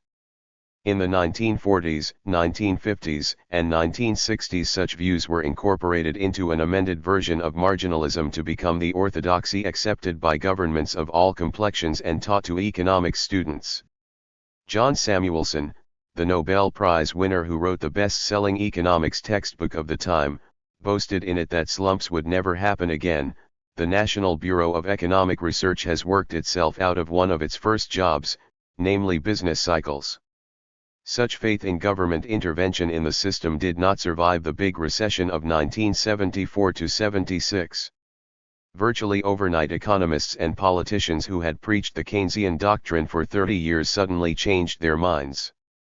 As the American economists Mankey and Romer have pointed out, the Keynesian consensus was replaced by a return to the old idea that markets always clear and that the invisible hand always guides the economy to the efficient allocation of resources. Economists and politicians now embraced, to varying degrees, a doctrine called monetarism. This held that, far from government 37 intervention being necessary, governments should not intervene, except to keep in check the total amount of money in the economy and to stop unnatural monopolies, like that which trade unions were said to exert when they defended living standards. The triumphal return of the old orthodoxy in the late 1970s and 1980s was marked by a return of the assumption that the market always brought supply and demand together perfectly. This confidence was most fully articulated by the Thatcher wing of the Tory party in Britain and by those who embraced similar ideas in the former Eastern Bloc and the Third World. But it was also echoed by many who used to be on the left. But there was a barely noticed contradiction within the ideas of the Thatcherites themselves. For they were very much under the influence of a second dissident school, the so-called Austrian school, whose best-known figure was Friedrich Hayek. He had always opposed Keynesianism and state intervention, on the grounds that this produced tyranny and undermined the dynamism of the market. But he had never accepted the neoclassical, marginalist scheme, with its denial of crisis. He recognized that the system was inevitably prone to destructive ups and downs, referring to equilibrium as a somewhat unfortunate term. Hayek also accepted that the market often produces the opposite of what people want.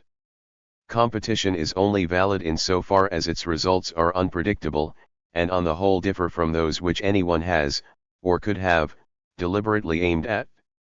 Spontaneous order produced by the market does not ensure that what general opinion regards as the most important needs are always met before the less important ones. Hayek at his most frank insisted that the market did not lead to a smooth balance between supply and demand, but proceeded through what his fellow Austrian Joseph Schumpeter called creative destruction, resulting not in an economic equilibrium but an economic order. This is not, however, a very palatable economic doctrine for politicians seeking votes or ideologists seeking converts.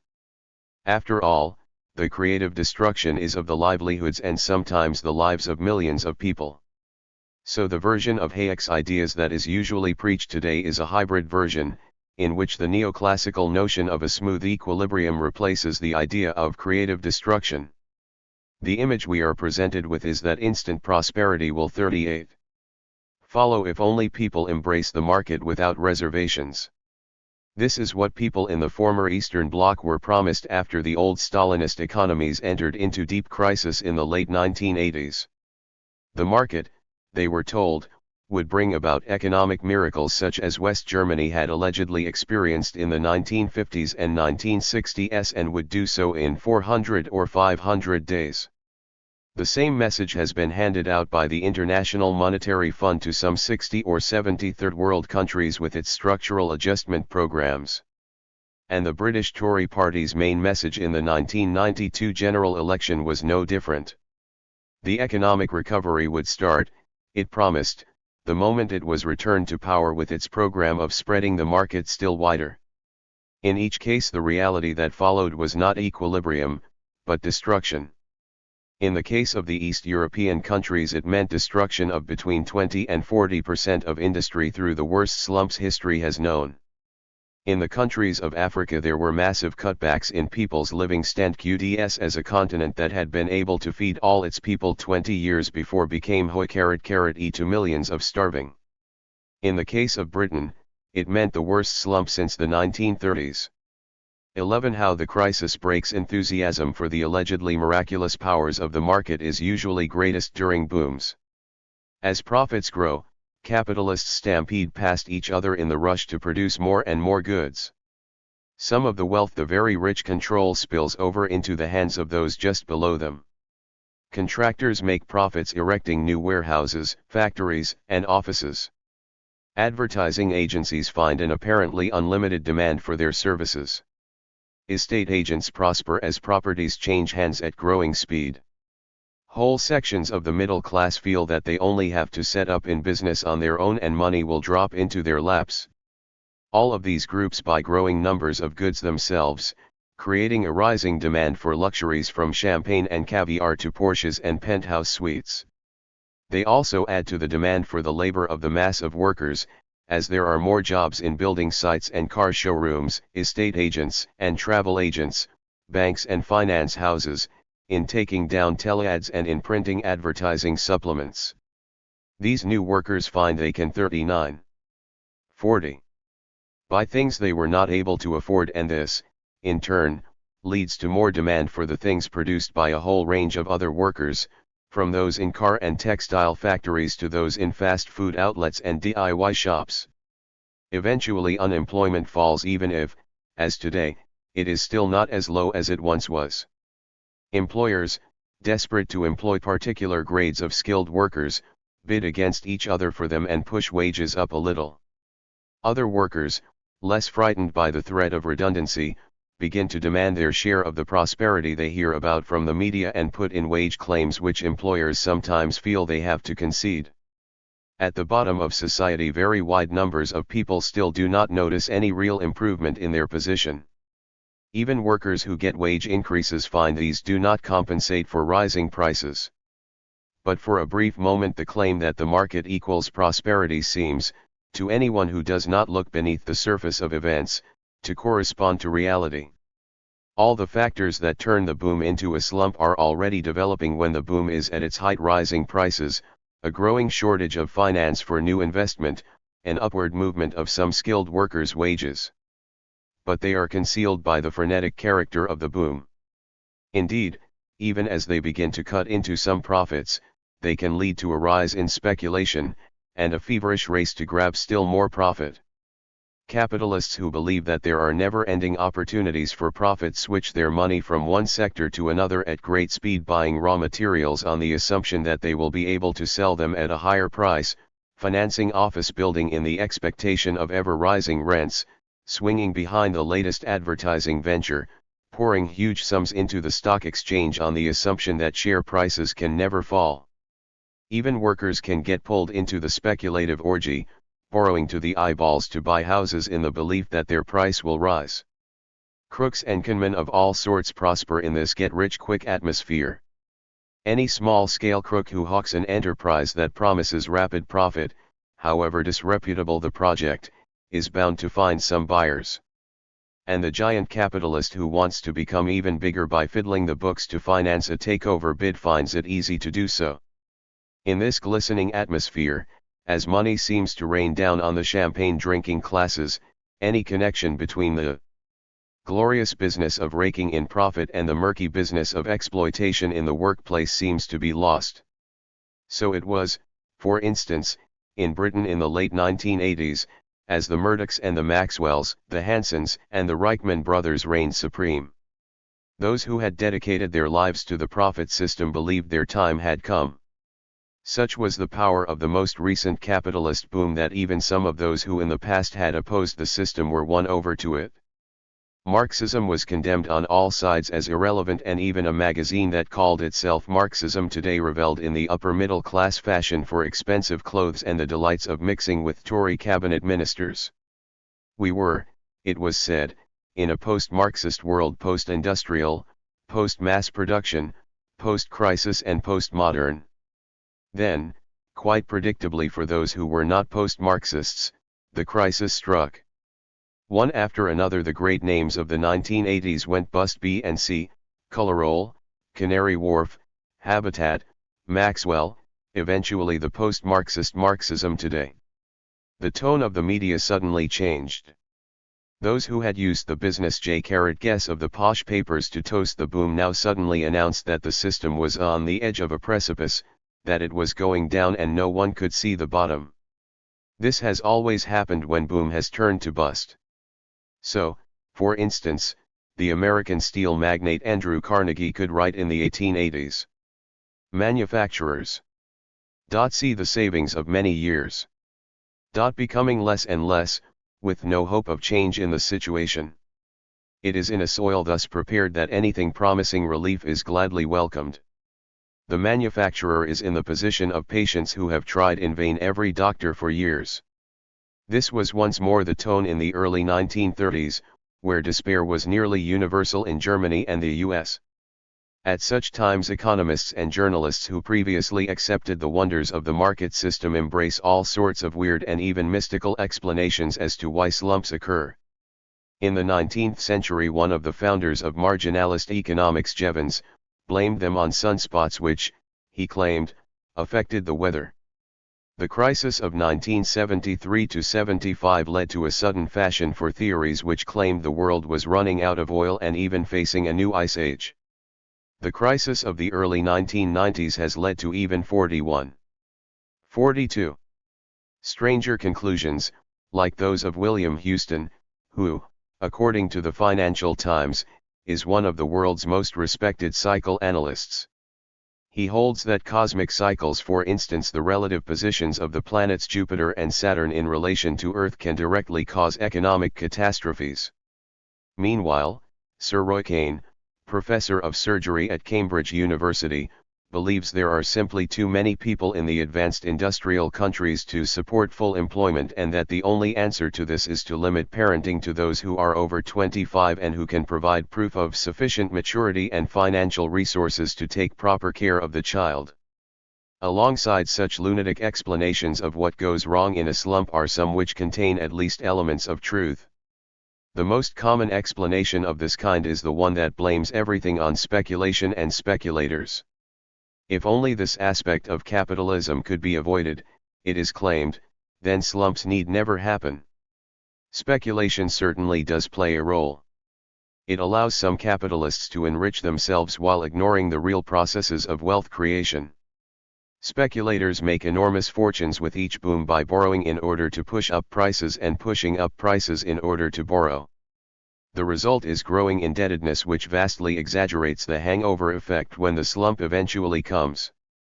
Speculation also increases the difficulties for a capitalist government trying to keep any sort of grip on what is happening to the national economy, as billions or even trillions of dollars and yens a day flow from one country to another. However, speculation and speculators are not the cause of the boom-slump cycle. That lies in the capitalist organization of production, in the competition between industrial capitalists to make profits. Speculation and speculators serve to intensify booms and slumps which would occur anyway. They are not the main parasites leading the system into crisis, but rather parasites which feed off other parasites. Some politicians and mainstream commentators claim everything would be all right if only the speculators were eliminated. This has often been the argument of those who want a slightly reformed version of the present capitalist system. In 1964, for instance, the British Labour Prime Minister, Harold Wilson, claimed it was the gnomes of Zurich who forced him to abandon his election promises when, in fact, it was pressure from the main sections of British big business. Today, economic writers like Will Hutton put most of the blame for the crisis on the short-termism of the financial institutions of the City of London, virtually ignoring the role played by the big industrialists. And on the far right, fascists and Nazis have always found it easy to rant about financiers claiming they are alien, cosmopolitan or Jewish as a way of diverting people's anger away from the big industrial capitalists. In fact, industrial capitalists and financial capitalists are rarely two entirely different groups of people.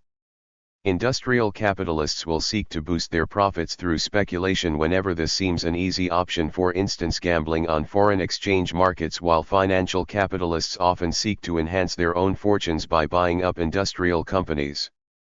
One final point. People sometimes confuse slumps with the collapse of the capitalist system, or at least claim there can never be any recovery from the slump. But even in the deepest slump, not all capitalists go bust. There will always be some who see ways of making profits out of other people's poverty, from opening pawn shops and hawking food that's past it by date to setting up as company liquidators or providing security guards to protect the rich from the poor. And so the system can survive even the worst crash unless successful workers' struggle replaces it with a better form of society. This means that, although crises do not end automatically and smoothly as supporters of the system claim, a point is eventually reached at which some capitalists are confident enough of profits to begin investing again. In fact, the slump itself makes it possible for some capitalists to increase their profitability and their output by buying up on the cheap the raw materials and machinery of firms that have gone bust. It usually exerts some downward pressure on labor costs as workers, terrified of losing their jobs, accept worse pay and conditions. And once the slump has been going for a time, rising interest rates are usually followed by falling ones, enabling capitalists to borrow more easily. So it is that after a period of months or sometimes years there is some revival of production, a few more workers are taken on. There are then more markets for other firms which can themselves increase production, take on more workers, and so on. The vicious downward circle of the slump can give way to the rising, virtuous circle of recovery until a new boom results, and with it a new, short-lived spell of super-optimism among the capitalist class. And 43. They're intellectual apologists. Once again there is talk of miracles just as the ingredients come together for yet another destructive slump. Chapter 3. Getting worse.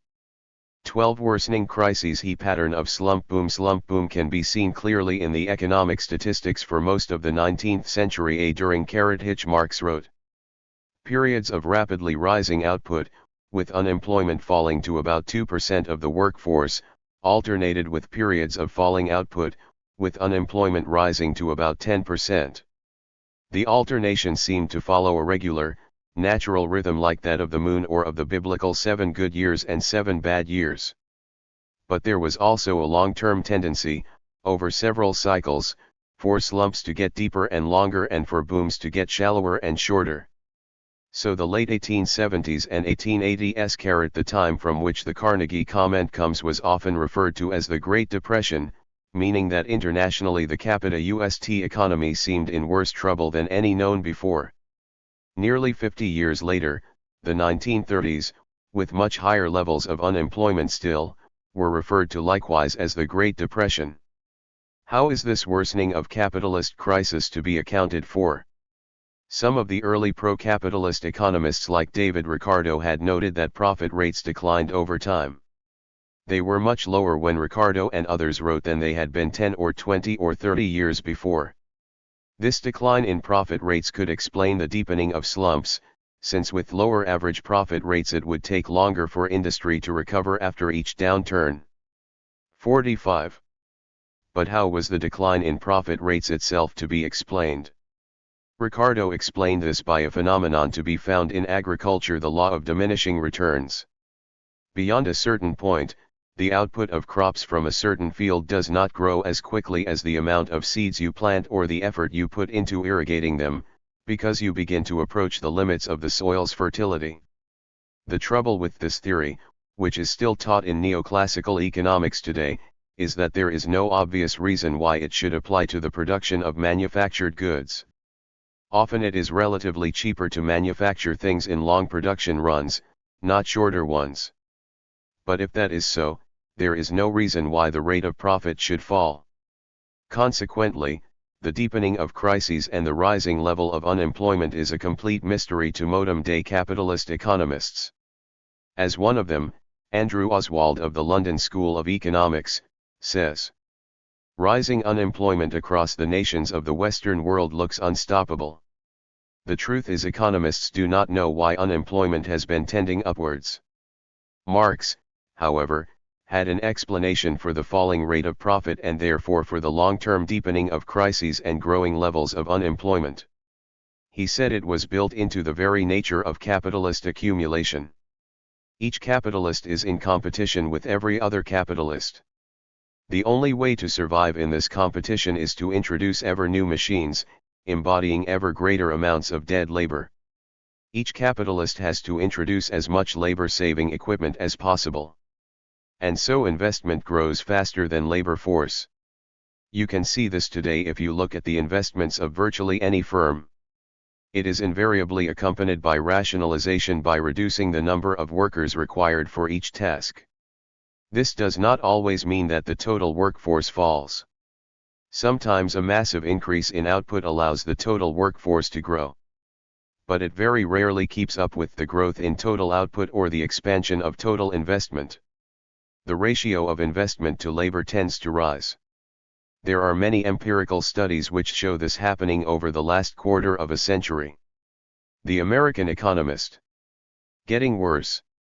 N. M. Bailey showed in the reputable Bookings papers in 1981 that the ratio of capital to labor in U.S. manufacturing was 1.43 in 1957 to 68 and 2.24 in 1972 to 75, while the Oxford statistician Colin Clark showed a rise in the ratio of capital to output in Britain from 1.78 in 1959 to 62 to 2.19 in 1972 to 75.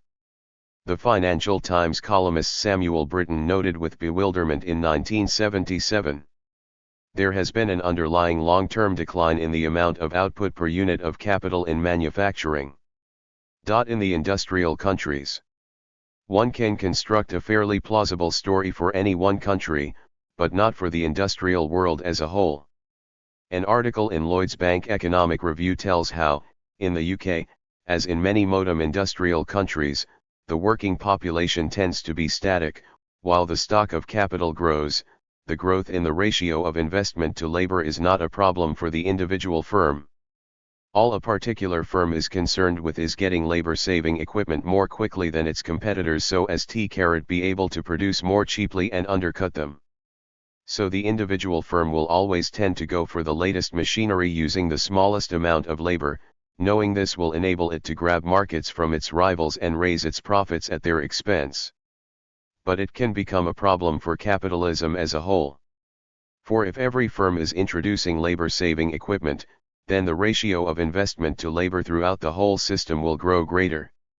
As we have seen, it is labor, not machinery, that creates value. When machinery grows faster than labor, investment grows faster than value. And, if the proportion of value going to the employers as surplus value is fixed, then investment grows faster than surplus value, or, as we would put it in everyday language, investment rises much faster than profit. But if this is so, then the rate of profit, the ratio of profit to investment must decline. In other words, the greater the success of capitalists in accumulating, the greater is the pressure throughout the system for the rate of profit to fall. It is important to notice that this whole argument rests on seeing how what is good for the individual capitalist is bad for the 47. 48. Capitalist system as a whole. The individual capitalist invests because with more advanced labor-saving technology he can beat his competitors and grab some of the profit that previously went to them. But if all capitalists do this, the total rate of profit falls until it hits all of them. This in turn increases the competitive pressure on each and encourages further investment in labor-saving technology and a further fall in profit rates throughout the system. Some economists claim Marx must be wrong about the falling rate of profit, because no capitalist will ever invest if it reduces his profits. This was the argument advanced by the Japanese economist Okishio and accepted by many would-be left-wing critics of Marxism, like Ian Steedman, in the 1970s and 1980s. But it is fallacious because it does not see that the individual capitalist can do things to increase his own profit while at the same time acting, inadvertently, to reduce the profitability of the system as whole. Socialists who accepted the arguments of Okishio and Steedman ended up in the strange situation in the 1970s and 1980s of saying there is no inbuilt downward pressure on profit rates and no reason for slumps to get more intractable. Yet these were years in which profit rates did fall below those known in previous decades and in which three great crises shook the system internationally. 13. Increasing exploitation. The tendency for profit rates to fall does not mean they always do so, any more than the law of gravity prevents some objects from going upwards. Rather it acts as downward pressure on profit which capitalists seek ways of counteracting.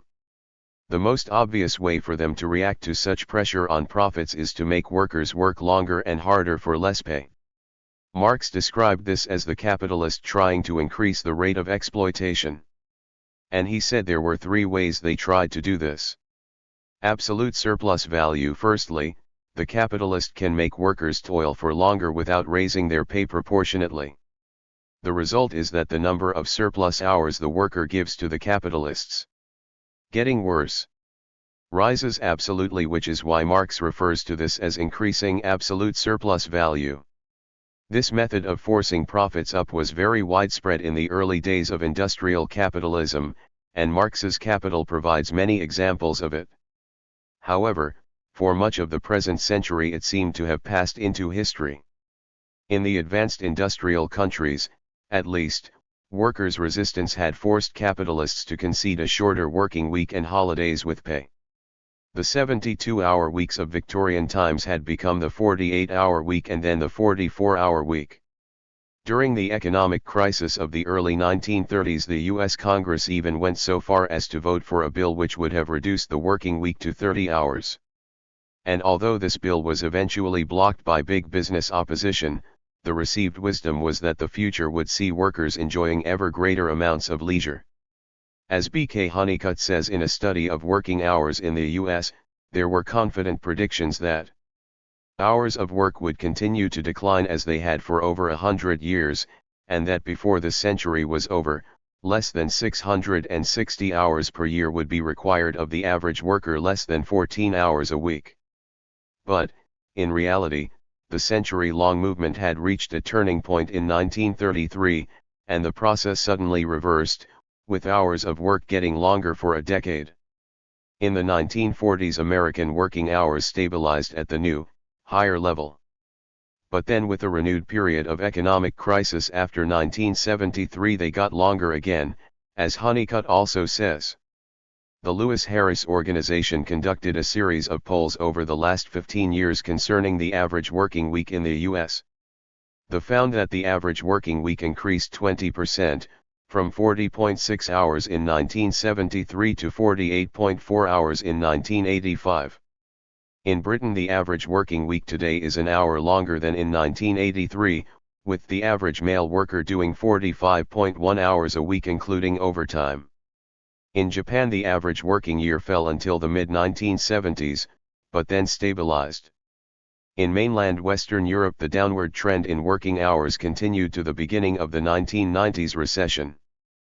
But since then, employers have been exerting increasing pressure to reverse the trend, claiming that such hours make European firms uncompetitive compared. 50. With Japan and the US. It required strike action by the German Metal Workers Union to stop employers reneging on their promise to introduce the 35-hour week. They can do so in 2 or even 2 hours. If the working day remains the same length, the share of it going to the capitalist as surplus value can increase. Surplus value grows relative to labor power, even though the total working day remains fixed. For this reason, Marx called this phenomenon increased relative surplus value. Increasing the intensity of production has a third advantage for capitalists, especially during a time of rapid technological change. It enables them to get more work out of their machinery before it gets out of date. This is particularly valuable to them if they combine increased intensity of labor with shift systems and flexible working that enable them to run the machinery all hours of the day and every day of the week. So important is increasing the intensity of labor that capitalists have carrot and occasions been willing to do a trade-off, by which they accept a shorter working day in return for increased productivity. Marx noted, "Where we have labor, not carried on by fits and starts, but repeated day after day with unvarying uniformity, a point must inevitably be reached where extension of the working day and intensity of labor mutually exclude each other, in such a way that lengthening the working day becomes compatible only with lower intensity, and a higher degree of intensity only with a shortening of the working day." From the capitalist side, Taylor saw this clearly. One of his schemes to drive up the intensity of work applied to a group of women inspection workers. They had a 10.5-hour day, but he noted that they spent some of the time chatting to each other. He cut their working day by a couple of hours while moving their chairs further apart so they could not talk to each other. This increased their output enormously, although it made them so much more tired that their attention to their work fell. Taylor's reaction was then to provide them with 4 10-minute breaks in which they were encouraged to walk round and talk to each other, so recovering their attentiveness. 51.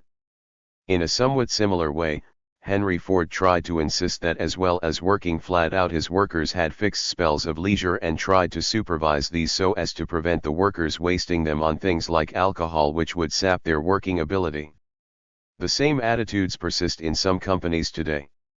The Financial Times management page can report that in Japan, many companies have banned excessive hours. Oki Electric, the machinery manufacturer, said that its researchers would be evaluated by their research results rather than the number of hours spent working.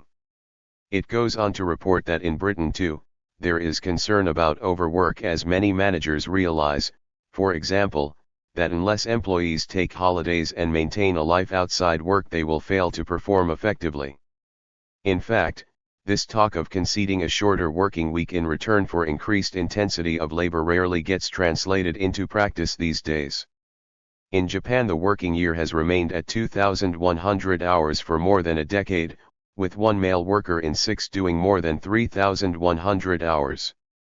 In Britain, managers still prefer to pressurize existing workers into doing longer hours rather than taking on new workers, so that the average manual worker does an average of 9 hours overtime a week, while bosses in sectors like further and higher education are doing their utmost to enforce a longer working week and shorter holidays upon employees.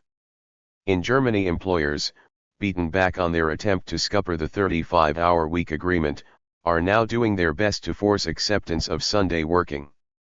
As Rainer Hoffmann, of the European Trade Union Institute, told the Financial Times, the major concern of European employers is to reduce unit labor costs to a minimum in the interests of competitiveness.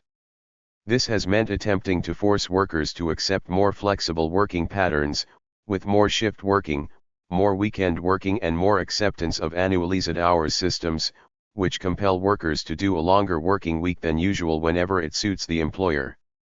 There is a simple reason why the trend today is once more towards a lengthening rather than a reduction in work hours. Marx pointed out in Capital that there are limits to the extent to which increasing the intensity of labor can offset pressure on profit rates. Those pressures arise, it will be recalled, because the total 52 getting worse amount of employed labor power throughout the system does not rise as fast as investment. Indeed, it can even begin to fall in absolute terms. But, however hard they are forced to work, a small group of workers cannot produce as much surplus value as a big group. A simple example shows this. Assume there are 1 million workers each working an 8-hour day, with 4 hours of that being sufficient to repay the employer for the costs of their wages. The capitalist class will get from them the equivalent of 4 million hours of surplus value a day. What happens if the workforce is cut to 100,000 as a result of new technology which increases productivity tenfold? The workers can now cover the cost of their wages in 1/10 of 4 hours, that is in 24 minutes. The employers now get a huge 7 hours 36 minutes of surplus value from each worker. But the total surplus value from the workforce as a whole does not increase. In fact, it falls from 4x 1 million equals 4 million hours, to 100,000 x 7 hours 36 minutes equals 760,000 hours. And even if immense pressure is applied to the workers to make them work twice as hard, the amount of surplus labor each provides will only rise by an additional 12 minutes per worker, or by a mere 12 minutes x 100,000 equals 20,000 hours altogether. In this way, capitalists eventually find there are limits to their ability to compensate for the fall in the rate of profit by increasing the productivity of their workers. And when that happens, they will be enormously tempted to try to lengthen working hours. After all, in our example, every extra hour the workers can be forced to provide without a wage increase adds 100,000 hours to surplus value, or 5 times as much as making them work twice as hard. In practice, of course, capitalists are rarely able to make workers do longer hours without giving anything in return. Usually they pay overtime rates. But often they regard these as paying for themselves, since many workers will, mistakenly, put up with low hourly rates provided there is sufficient overtime to enable them to just make ends meet. Immiseration. The third way for capitalists to try to raise their profit levels is crude wage cutting, or, as Marx put it, the absolute immiseration of workers. Because Marx used this phrase, there have been 53 many crude attacks on his economic analysis for allegedly claiming workers can only get poorer under capitalism. This, for instance, is the reason William Keegan, the economic columnist of the Observer newspaper, gives for dismissing Marx's ideas in his book The Spectre of Capitalism. But Marx does not claim that wages always go down under capitalism. He lived in England in the third quarter of the 19th century when he could see this certainly was not happening.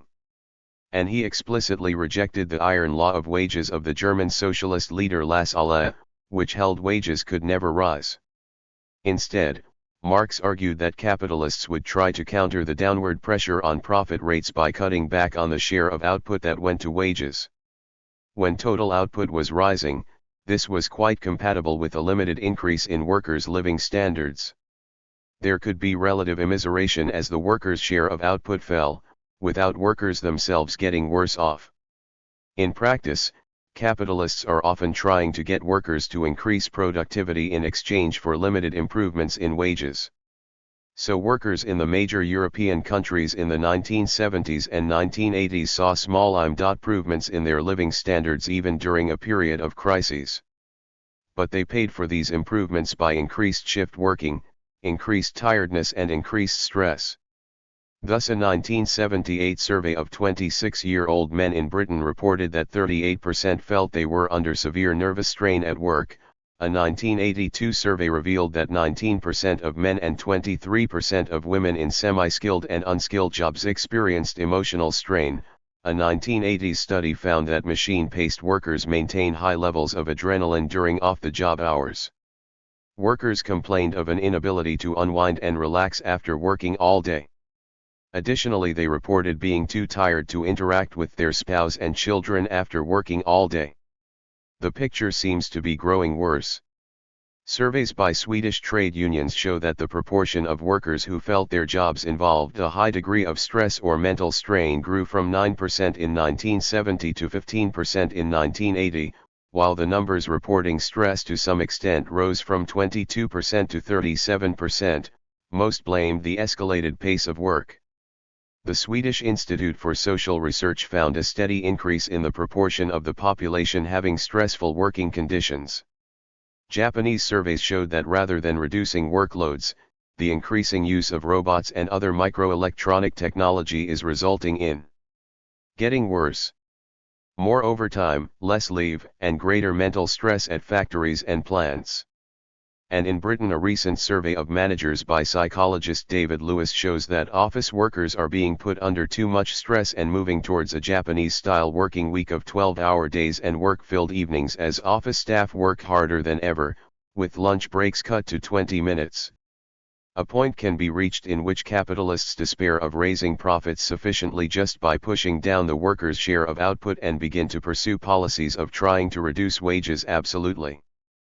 This has been happening in the US over the last 20 years. Average wages have fallen as employers have forced concessions including wage cuts from unions and have followed a runaway shop strategy of shifting factories from regions with strong unions to regions with weak unions, cutting wages by up to half in the process. Attempts are now being made to repeat the process in Britain, with contracting out being used to force workers to accept lower wages to keep their jobs in areas like cleaning, catering, sections of the civil service and so on. When such methods no longer work, firms threaten to move production overseas, to countries where workers are less well organized and wages are lower. The tendency to increase absolute surplus value, relative surplus value and immiseration are not laws of the capitalist economy if by that is meant inbuilt trends that cannot be resisted. They are, rather, methods the capitalists turn to once profit rates come under pressure. But they are also methods which invariably incur resistance from workers, leading to an accentuation of bitterness in society and making widespread class struggle more likely. 14 Never nasty enough capitalists try to raise the level of exploitation in order to counter the fall in the rate of profit and protect themselves against the crisis. One of the tenets of the monetarist version of neoclassical economics is that crisis can be avoided if capitalists are successful in doing this. Provided wages fall sufficiently, it holds, a point will be reached at which marginal costs of production fall below prices, profitability will be restored, capitalists will start investing again and the market for goods will grow until there is full 55. 56. Employment. The key to solving the crisis, it insists, is breaking trade union monopolies over labor which prevent the fall in wages. But the whole history of capitalism shows that increasing the rate of exploitation in this way does not ward off slumps. Slumps have occurred just as much in countries where trade unions are weak or non-existent as in countries where they are strong. In the early 1930s, the weakness of British and American trade unions and the virtual non-existence of trade unions in fascist Italy did nothing to stop the onset of slump. In the 1980s and 1990s, the weakening of unions in Britain and the US under Thatcher and Reagan did not prevent recession being much deeper than in the 1940s, 1950s, and 1960s when unions were much stronger. One of the powerful points made by the Keynesian economists of the 1930s and 1940s against the old orthodoxy was that cutting wages could actually deepen the crisis, not end it. Unemployment grows with the onset of slump because firms cannot sell the goods they produce. Cutting wages reduces the total market for consumer goods and therefore means fewer goods can be sold. The immediate effect, then, of wage cutting or of increasing productivity without increasing wages is to widen the gap between what is produced and what can be bought. It is to deepen the slump. Of course, this would not matter if investment were to rise automatically to compensate for any decrease in consumption due to wage cutting. The demand for new industrial building and machines would make up for the drop in the demand for consumer goods. But there is no mechanism which ensures that a fall in consumption is automatically balanced by a rise in investment. Indeed, if firms expect consumption to fall, they are likely to fear that the market for their goods will contract and to reduce their investment to avoid ending up with factories capable of producing many more goods than they can sell. The orthodox neoclassical economists have never been able to answer the Keynesians' devastating critique of their position. All they have ever done is to assert that, if slumps do not solve themselves, it is because workers' resistance to falling wages has not been broken enough. But there was also always a weakness in the Keynesian case, a weakness which is also found in some Marxists influenced by getting worse Keynesianism, like the Americans Paul Barron and Paul Sweezy. They could not explain why investment should remain so low as to lead to deeper slumps and smaller booms. This is because the Keynesians accepted much of the orthodox neoclassical economics and so could not see that there was bound to be a long-term downward pressure on profits which could not be stopped by wage cutting. Keynes himself had spoken of a fall in what he called the marginal efficiency of capital and had expected this to continue in future. Most of his followers abandoned this notion and based themselves on passages in his writings which blamed the crisis on the psychological condition of businessmen rather on some innate tendency in the capitalist system. If firms undertook investment, these passages claimed, it was because of animal spirits of a spontaneous urge for action rather than inaction. But, if the animal spirits are dimmed and the spontaneous optimism falters, enterprise will fade and die so that slumps and depressions are exaggerated in degree. The Keynesians therefore argued that the tendency toward slumps could be stopped by limited government intervention in the economy, easing to create a feeling of optimism about future prospects among those who ran big business. In a slump, they argued, the government should spend money and discourage wage cutting. In this way, it would create a market for goods, allow firms to expand their output and encourage investment by making it seem likely that markets would grow still further. The increased wealth created as the economy recovered from slump would, they further argued, allow a rise in both working class incomes and profits. Keynesian ideas dominated mainstream economic thinking in the quarter of a century after the 1930s slump, as we have seen earlier. But they lost their influence with the crisis of the mid-1970s. A high degree of government intervention in all the major economies failed to stop that crisis, and the only result seemed to be to superimpose a high level of inflation on the rising levels of unemployment. Almost everywhere governments and businessmen retreated into the old orthodoxy which held that the answer to slumps lay in combining anti-union laws with rising unemployment to hold wages down. Economists influenced by Keynesianism, like Galbraith in the US and William Keegan, Will Hutton, and Paul Ormerod in Britain, have been able to punch enormous holes through this reborn old 58 orthodoxy. Yet they cannot themselves point to any sure way of ending the increasingly severe slumps. Their own remedy to low investment consists in urging Britain and America to copy the methods of the German and Japanese economies, although these economies have been going through severe slumps of their own. And they want the same holding down of wages as do the monetarists, except they want the government to have incomes policies rather than simply leaving things to the market to impoverish workers. But on one thing Keynes certainly was right. Holding down consumption increases the likely impact of any crisis. For it means there is a growing disproportion between the potential output of the economy and the consumption levels of the mass of the people. Investment has to fill an even bigger gap if all the goods produced are going to be sold. The likelihood of a situation arising in which they cannot be sold, in which there is overproduction, grows greater. If profit rates are not high enough to bring that investment about, then a deep slump occurs. Capitalists find themselves in a catch-22 situation. If they increase exploitation in order to raise profits, then the gap to be filled is still greater. If they reduce exploitation in order to expand the market for consumer goods, profit rates fall and investment is not high enough to stop a slump developing anyway. The dilemma arises because accumulation has proceeded to such a level that there is a huge contrast between the scale of production and the size of the workforce. This finds expression through the workforce not being able to produce enough profit to match the level of investment needed, leading to capitalists refusing to invest and to firms being unable to sell all their produce. In a sane society there would be no such dilemma. For there is an absolute need for the goods produced, if society's priorities were the well-being of the mass of people. But the motive force of the present system is not people's well-being. Those who control capital behave the way they do in order to increase their profits, to expand their holding of capital. Precisely because of this, huge sectors of the productive apparatus of capitalism grind to a halt. Worsening crises are not a result of human frailty or some natural catastrophe. They are, rather, an inbuilt fault of a system getting worse, in which the satisfaction of human need through productive labor is subordinated to the drive of capitalists to accumulate ever more wealth in their own hands.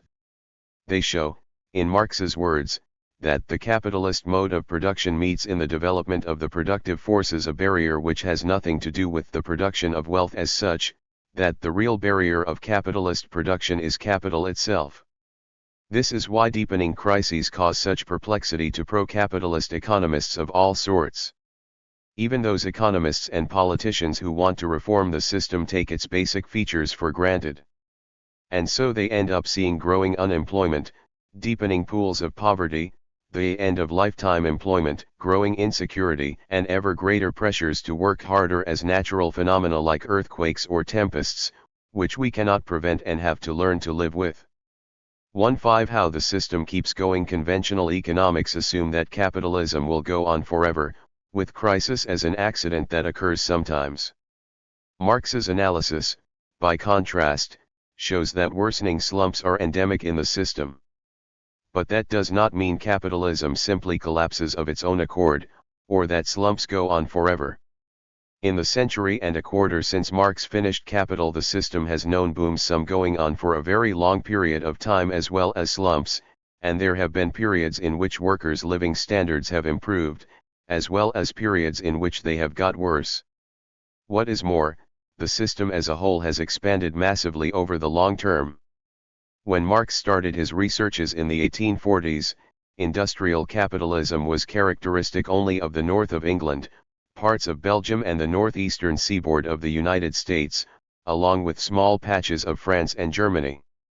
By the time he died in the 1880s, it was dominant right across northwestern Europe and throughout North America, and was making its first advances in Japan. Today, every country on the globe is dominated by it. Today, total output of the world's economy is 4 or 5 times what it was in 1945 and 20 or 30 times what it was in the 1840s.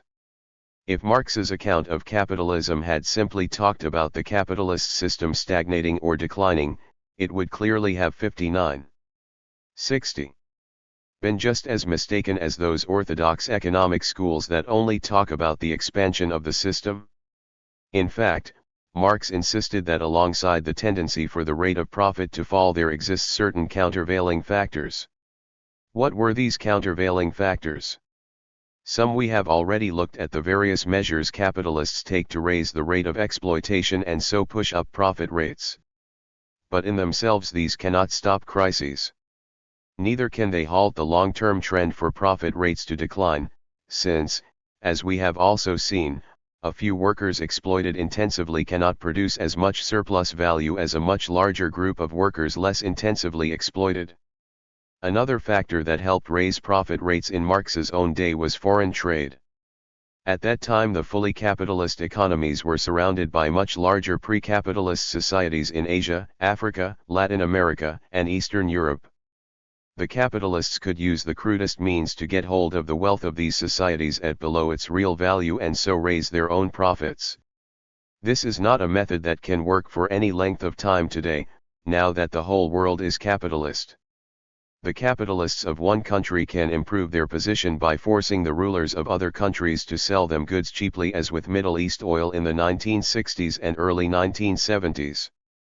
But this entails the redistribution of profits between capitalist countries, not the raising of profits right across the capitalist world.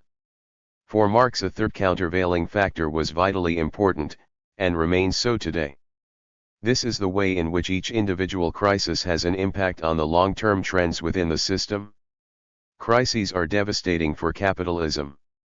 They create panic within ruling classes and misery among the mass of the people. But they also have advantages for those individual capitalists who manage to avoid going bust. For they find they can buy up the assets of other capitalists on the cheap and can use the high levels of unemployment to force down wages. Thus, during the Great Wall Street crash of 1929, some capitalists were able to sit back and wait until stock prices were at record lows and then move in to buy up whole companies on the cheap. In the more recent slump of the early 1990s, the Canary Wharf. Getting worse. Office development in London's East End, which had cost £2 billion to build, was reduced in value to £60 million. This was devastating to its original owners, the Reichman brothers, who were forced out of business. But it was a godsend to the firms which bought it up at a bargain basement price. Capitalist firms survive the slump by cannibalism, by some eating up others. The survivors can get hold of means of production at a price much lower than their old value. They find they can begin to expand production using the most modern plant and machinery without paying the full price for it. Investment can grow in extent without growing in cost. This prevents the cost of investment growing much more quickly than the total labor force, easing the pressure on the rate of profit. The crisis forces a restructuring of capitalism, in which many individual firms go to the wall, allowing the survivors to recover their profits at the expense of others. And because so much capital is written off during the slump, the long-term growth of investment compared with the labor force is not nearly as marked as it would be otherwise. So recession has the paradoxical effect of allowing profit rates and industrial expansion to recover. As one history of modern economic crises notes, when the U.S. went rapidly into recession in 1884, failures came in quick succession, unemployment increased and wages fell 25 to 30% in textiles and by 15 to 22% in the iron and steel industry, but the Carnegie Group for one had saved up large profits during the previous boom and was thus able during the Depression to buy up competing factories cheaply. There was a general improvement in the economic climate in early 1886. In a similar way, recovery from the recession in Britain in the early 1890s was associated with a wave of takeovers by 5 big banks which gave them a virtual monopoly. Alongside this, there was a concentration of ownership in textiles and metallurgy, widespread rationalization of industry, the introduction of new technologies in the shoemaking and printing industries, and several great lockouts which forced workers to accept lower wages and a worsening of conditions. Crises blunted the tendency for investment to rise much more quickly than the labor force through the second half of the 19th century. But they did not do away with this tendency completely. According to one estimate, the ratio of investment to labor in the U.S. doubled between 1880 and 1912, according to another it rose by 25% between 1900 and 1918, while a third estimate suggests the ratio of investment to output rose from 2.02 in 1855 to 64 to 2.16 in 1875 to 83. As an important study by Gilman has noted, the ratio of investment to labor in the U.S. displays a fairly persistent tendency to rise in the period, although it was fairly slow compared with Marx's hypothetical example. The result was that by the end of the century, as historian Eric Hobsbawm has noted, both the old and the new industrial economies ran into problems of markets and profit margins. As the titanic profits of the industrial pioneers declined, businessmen searched desperately for a way out. A similar pattern was to be seen in Britain in the 1980s. The recession of 1980 to 82 led to something like a third of manufacturing capacity shutting down, even though firms were producing about the same amount as before by 1987. This slowed down considerably the growth of investment compared with labor. As the article in Lloyd's Bank Review quoted earlier told, the capital stock has been rising, but at a declining rate. It was rising at 4% in 1970, decelerating to 2% by 1982. Under these conditions, increasing exploitation of workers who accepted small wage cuts and more onerous working conditions out of fear of unemployment could actually raise the rate of profit a little. But again, as a century earlier, the recovery of profit rates was only a partial recovery, above the level of the early 1980s, but still substantially below that for the 1950s, 1960s, and early 1970s.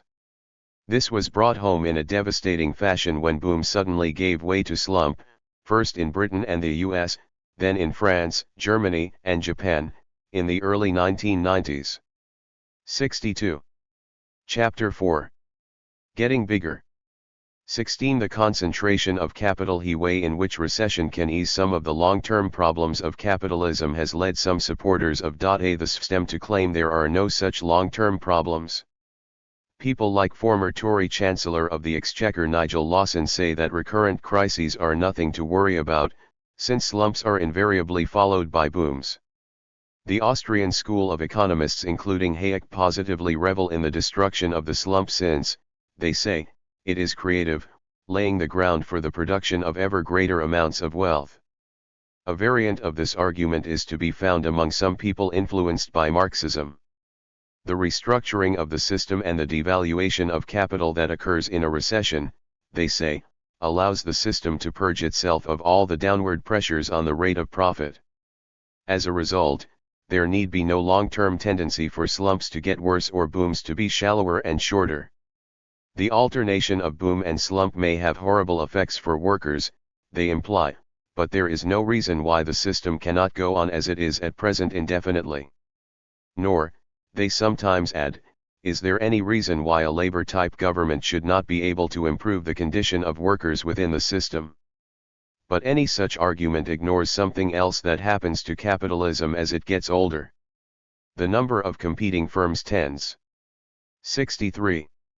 To get fewer, while a handful of very large firms come to dominate whole industries and whole economies, a process which Marx called the concentration and centralization of capital. If any one of these giant firms goes bust, there is enormous damage to the rest of the economy. Banks that have lent it money are very badly hit. So too are other industrial firms which expected to sell it machinery and raw materials or to sell consumer goods to its workers. Suddenly their profits are turned into losses. Such is the scale of the damage that the ability of other firms to buy up machinery and raw material on the cheap does not nearly begin to compensate for it.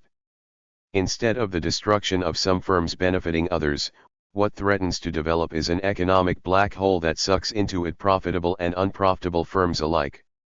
The result is that, once the system is dominated by a handful of giant firms, crises do not automatically resolve themselves. Instead they get worse as each giant that collapses knocks over others in a domino effect. Many apologists for capita USM high to deny that there is a tendency for the system to be dominated by a handful of big firms in this way. So Thatcherites in Britain, Republicans in the US, even Islamists in Algeria talk of the importance of small or medium-sized firms, claiming these are the dynamic center of the economy.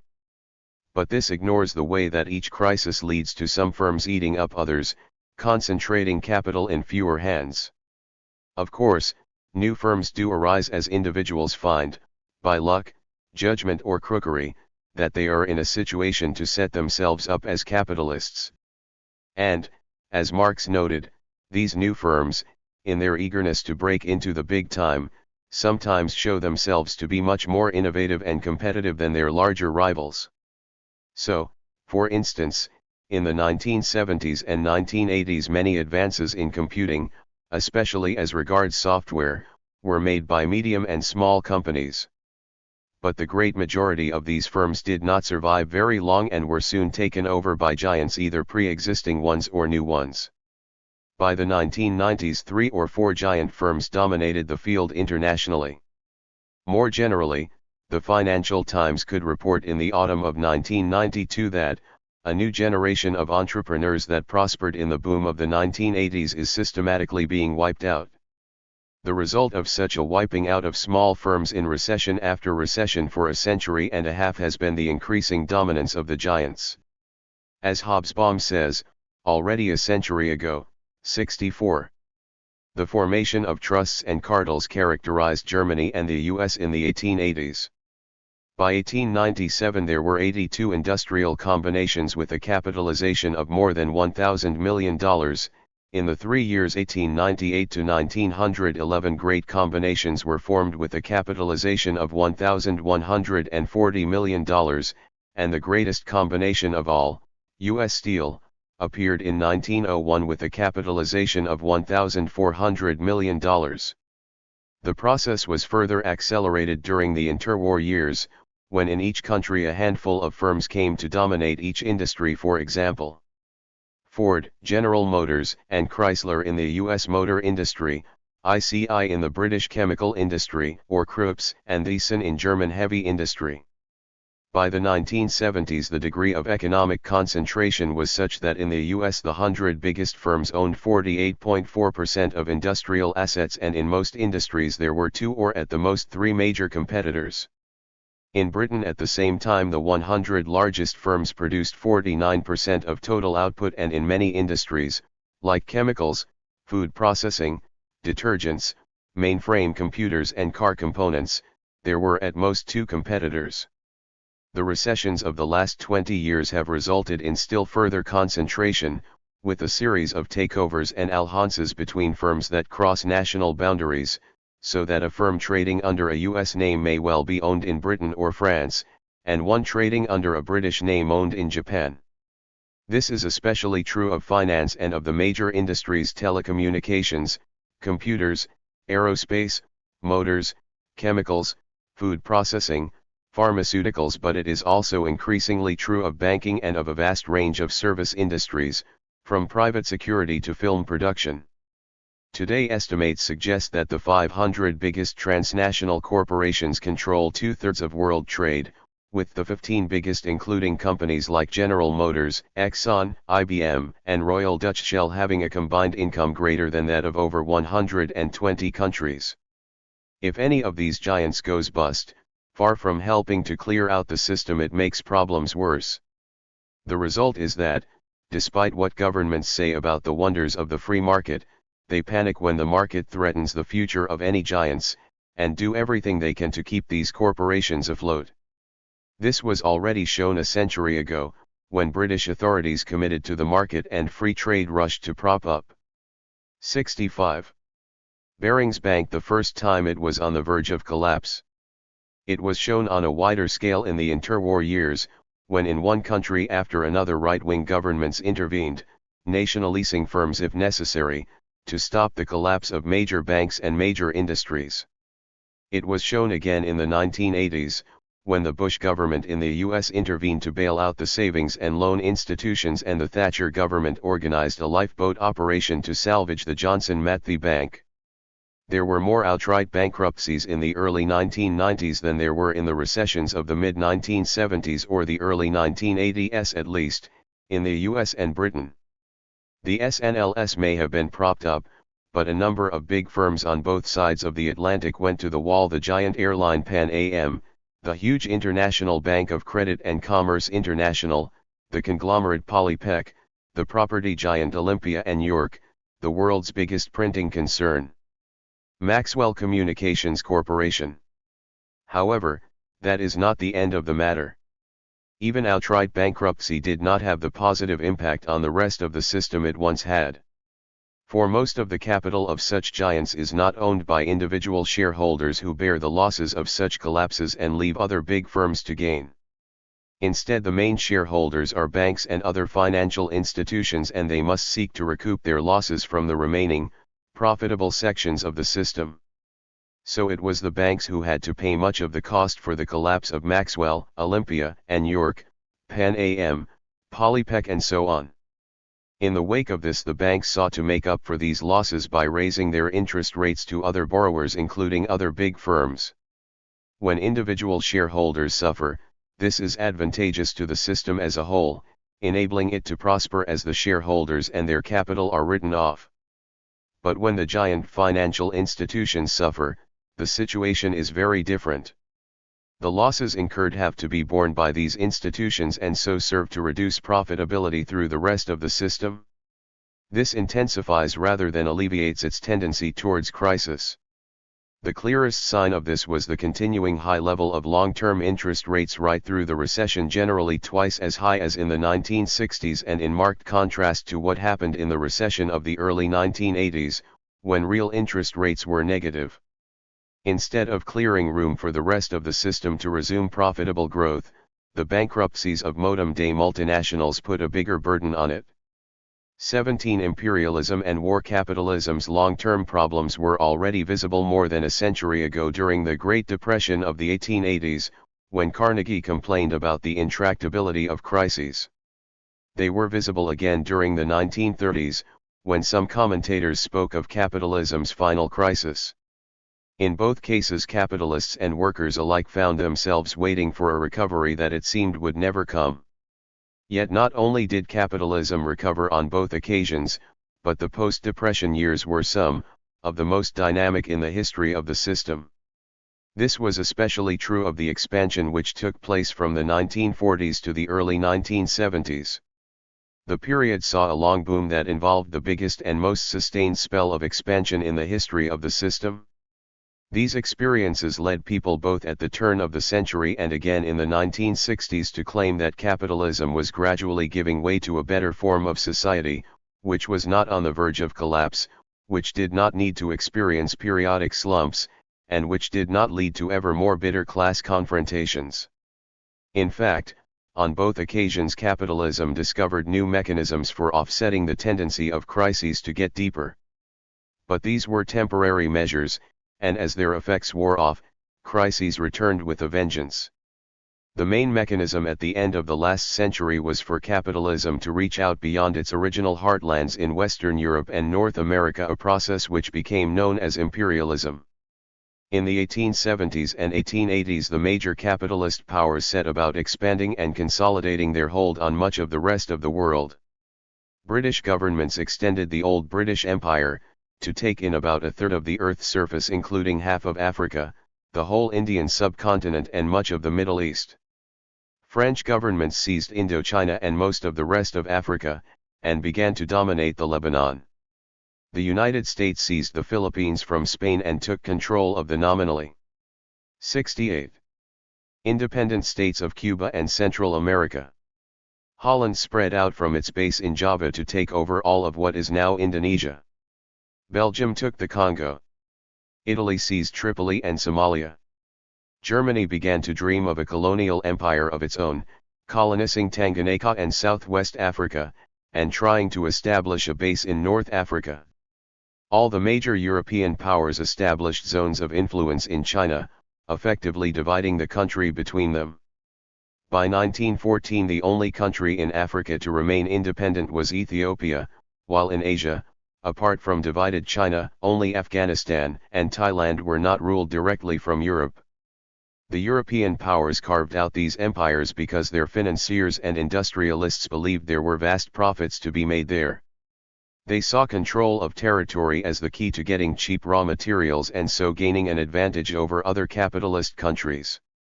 International diplomacy came to center on the struggle between the great powers to establish colonies in Africa and Asia and to exercise influence over nominally independent governments in the Middle East, Latin America, and Eastern Europe. Those powers with empires sought to strengthen them by building up their military forces. Those without empires sought to take colonies and influence from those with. And, when it came to the crunch, they were prepared to wage world war against each other, with Britain, France, and Russia on the one side, and Germany and Austro-Hungary on the other. Some mainstream historians claim the drive to empire was motivated by non-economic considerations. But this ignores the fact that from the 1880s onwards, amongst the most enthusiastic supporters of colonization were the very industrialists and financiers who had been doubtful about its value earlier. By the 1890s, half of British total investment was going overseas. Firms whose business depended on empire came to dominate the economies of Britain, France, and Belgium. In Germany, heavy industry applied increasing pressure for the government to carve out a sphere of influence in the Balkans and the remnants of the Turkish Empire.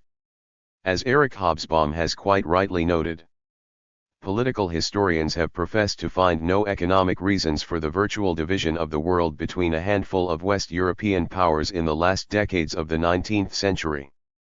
Economic historians have no such difficulty. Overseas investment took place because industrialists and financiers sought secure profits and cheap raw materials. But it had a very important indirect impact on the system as a whole.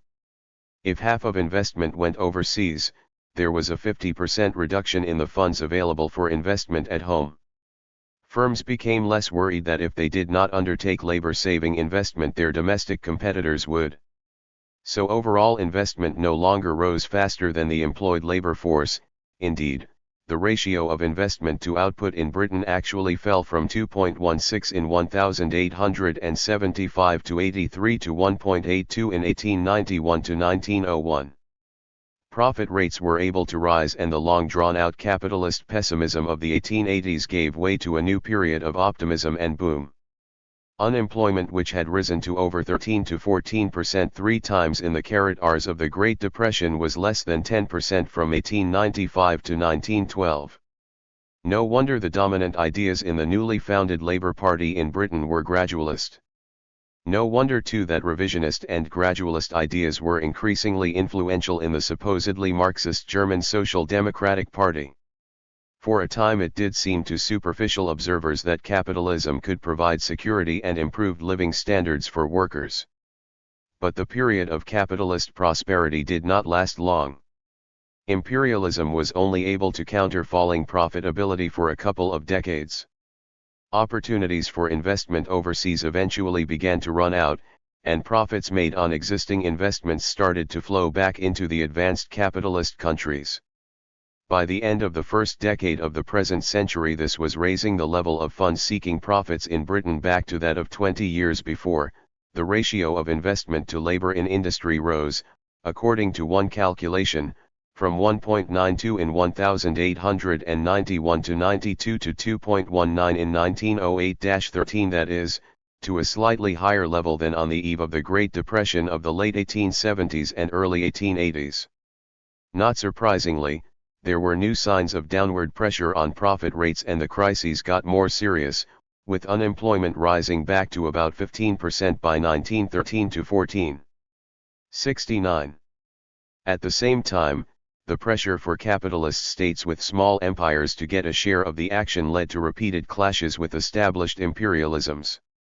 The result was a war between the US and Spain over the Philippines and Cuba, a war between Japan and Russia over the domination of North China and Korea in 1904-05, a clash between France and Germany over influence in Morocco, a race between Britain and Germany to build more battleships, and, finally, a clash between Russia and Austro-Hungary over influence in southeastern Europe, the clash which precipitated the First World War. Imperialism had eased the system's tendency to ever greater economic crises, but only for a period, and at the price of leading it to the horror and waste of World War. And in the aftermath of the war, economic crisis re-emerged on a greater and more damaging scale than ever before in the history of the system. 18. Militarism and state capitalism. The crisis that began in 1929 was by far the worst the system had ever known, with unemployment in the two biggest industrial powers, the US and Germany, rising to about a third of the workforce. What is more, the slump showed little sign of ending on its own accord. It required government intervention to begin bringing about limited economic recovery in both economies in 1933-34, with the Roosevelt New Deal in the US and public works schemes from the new Nazi government in Germany. But neither did more than scratch the surface of the slump. Industrial output in Germany was still only 4/5 of the 1929 figure in 1934, while in the US 1 in 7 of the population were still unemployed in 1937, when a new phase of economic downturn started, described by one historian as the steepest economic decline in the history of the US. Real recovery from the crisis did not start until governments began massive preparations for war. In Germany this happened in 1935 with the establishment of a preparedness economy, based on massive rearmament.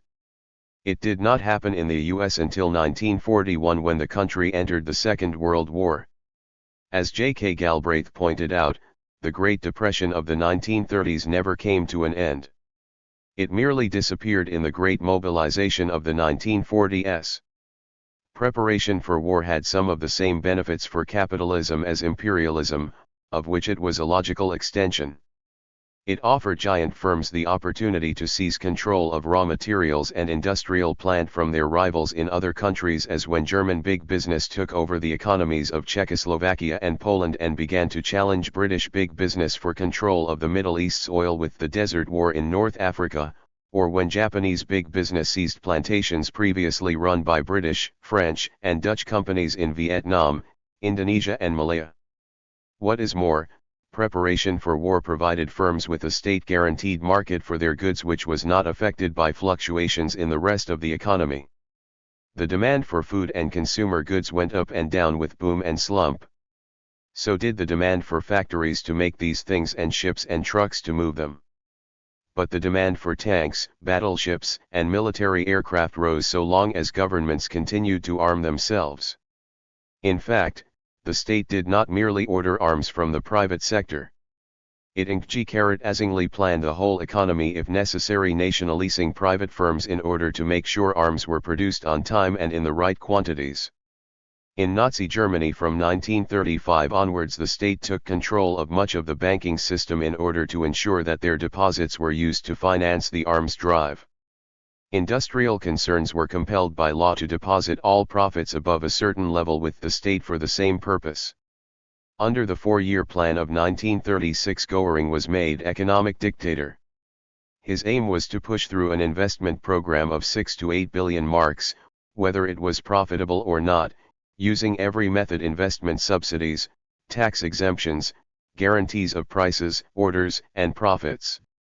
When the head of one giant firm, Thyssen, refused to do what he was told, Göring confiscated his property and forced him to flee into exile. Similarly, once the US had entered the war, the state controlled not only the armaments sector of the economy, which represented about half the total national output, but also decided what consumer goods should be produced. It became responsible for 90% of total investment and spent vast sums building new armaments factories, which it then handed over to private firms to run. 71. Effectively, the drive to war led the state to override the old market mechanisms and to neutralize any opposition to it doing so from the big firms. Economic development inside Nazi Germany or wartime America was no longer dependent on the free flow of funds to the most profitable parts of the economy. Instead, the state decided what needed to be produced and then caused funds to flow to the appropriate sectors, whether by giving direct orders to firms or by rigging the market so as to make those sectors profitable. But it was not only the state's overriding of market mechanisms that made the war economy work. The sheer waste of producing arms and the barbarous destructiveness of war played their part. They had the same impact on the system as the destruction of capital that takes place during a slump has. They reduced the resources available for investment in productive industry, and with that the tendency for investment to grow faster than the labor force. This was first noted by the German Marxist Grossman, writing in the 1920s. The destructions and devaluations of war are a means of warding off the imminent collapse, of creating a breathing space for the accumulation of capital. War and the destruction of capital values bound up with it weaken the breakdown and necessarily provide a new impetus to the accumulation of capital. Although wars allow some of the biggest individual capitalists to expand their holding massively, the effect on the system as a whole, he explained, is to pulverize values and slow down accumulation, so that investment does not rise any faster than the employed labor force. That in turn stops the rate of profit falling. The same argument was developed and expanded in the 1940s, 1950s, and 1960s by an American Marxist who wrote under the names Oakes and Vance, and by the British Marxist Mike Kidron. They showed that although arms production slowed down the pace at which capital accumulation occurred, it also allowed it to proceed more smoothly, without coming to a standstill in repeated slumps. The war economy compared to the peace economy was rather like the tortoise compared to the hare in Aesop's fable. At first, accumulation in a war economy proceeds more slowly than in a peace economy, because so many resources that could be 72 invested productively are wasted on arms instead. But the war economy, for this very reason, is not forced to stop to recover its breath through a slump, and so overtakes the peace economy. This was shown dramatically during the Second World War. Of the output of the American economy in 1943, nearly half went on war programs. Yet, even with this waste, the output of consumer goods was greater than it had been in the slump-becalmed peace economy of the late 1930s.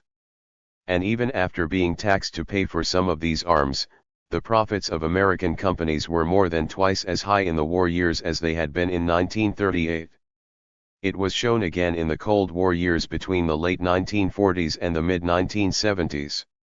Most economic observers had expected the post-World War II world to witness a repeat of the great crisis of the interwar years. It did not happen because arms expenditures remained at a much higher level than ever before during peacetime. From making up less than 1% of American output in the 1930s, they were at around 15% in the early 1950s, and even during the 1960s, when they were down to about 8 or 9%, were still equal to the total investment in civilian industry. Capitalism experienced what some have called its golden age between the 1940s and the 1970s. Country after country experienced virtually unprecedented economic growth. The American economy trebled in size, that of Germany grew fivefold, that of France fourfold. Even the miserable, long declining British economy was producing twice as much by the 1970s as in the 1940s. Capitalism prospered as never before. And life for most workers also got better. Unemployment all but disappeared in most of the advanced industrial countries, falling to about 1% in Britain, Germany, and Scandinavia. Not only were the great cities rebuilt after the devastation of the war, but new housing estates replaced slums that went back to the 1830s or 1840s. Free health services helped people to live longer, and improvements in pensions made many able, for the first time, to look forward to their old age. Poverty did not disappear. It persisted in depressed areas based on old industries that missed out on the boom. It also afflicted the chronically sick, single-parent families and some of the old. But in the advanced countries it was usually hidden poverty. The unemployed no longer hung about on the streets as 73, 74 in the 1930s, and beggars were unknown. The boom was a boom of the advanced industrial countries. But it did not leave the rest of the world untouched. Countries like Italy, Spain, Portugal, South Korea, and Singapore began to catch up with, and even in a few cases overtake, old established industrial countries like Britain. Elsewhere, in the large third world countries like India, China, Brazil, and Mexico, there was rapid growth of pockets of industry, even if the mass of the population continued to live in backbreaking poverty in the countryside or in burgeoning urban slums. The growth enabled even the poor to believe that it was only a question of waiting before things got better. These long years of boom gave rise to very similar ideas that had developed in the 1890s. Capitalism, it seemed to superficial thinkers, had overcome all its problems. Indeed, some writers went so far as to assert it was not capitalism anymore but some higher form of economic organization.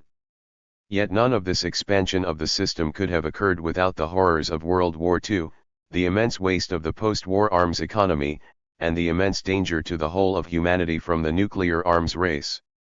The glories of the Golden Age depended on the barbarity of the nuclear bomb. 19. State capitalism, Stalinism, and the Third World military state capitalism was not something confined to the advanced Western states. For some 40 years it was very much the model for capitalist development right across the world. Indeed, one of the economies to move first and most thoroughly to state capitalism was that of a relatively backward country, Stalin's Russia, in the late 1920s. This called itself socialist. But by the late 1920s the country was already far from the genuine socialism which had inspired the revolution of 1917. This had aimed at a society where workers consciously determined what happened. But the unleashing of civil war by the old ruling class and military intervention by all the Western powers strangled the revolution. There was unparalleled economic devastation, the closing down of almost all of Russian industry and the effective destruction of the working class that had made the revolution.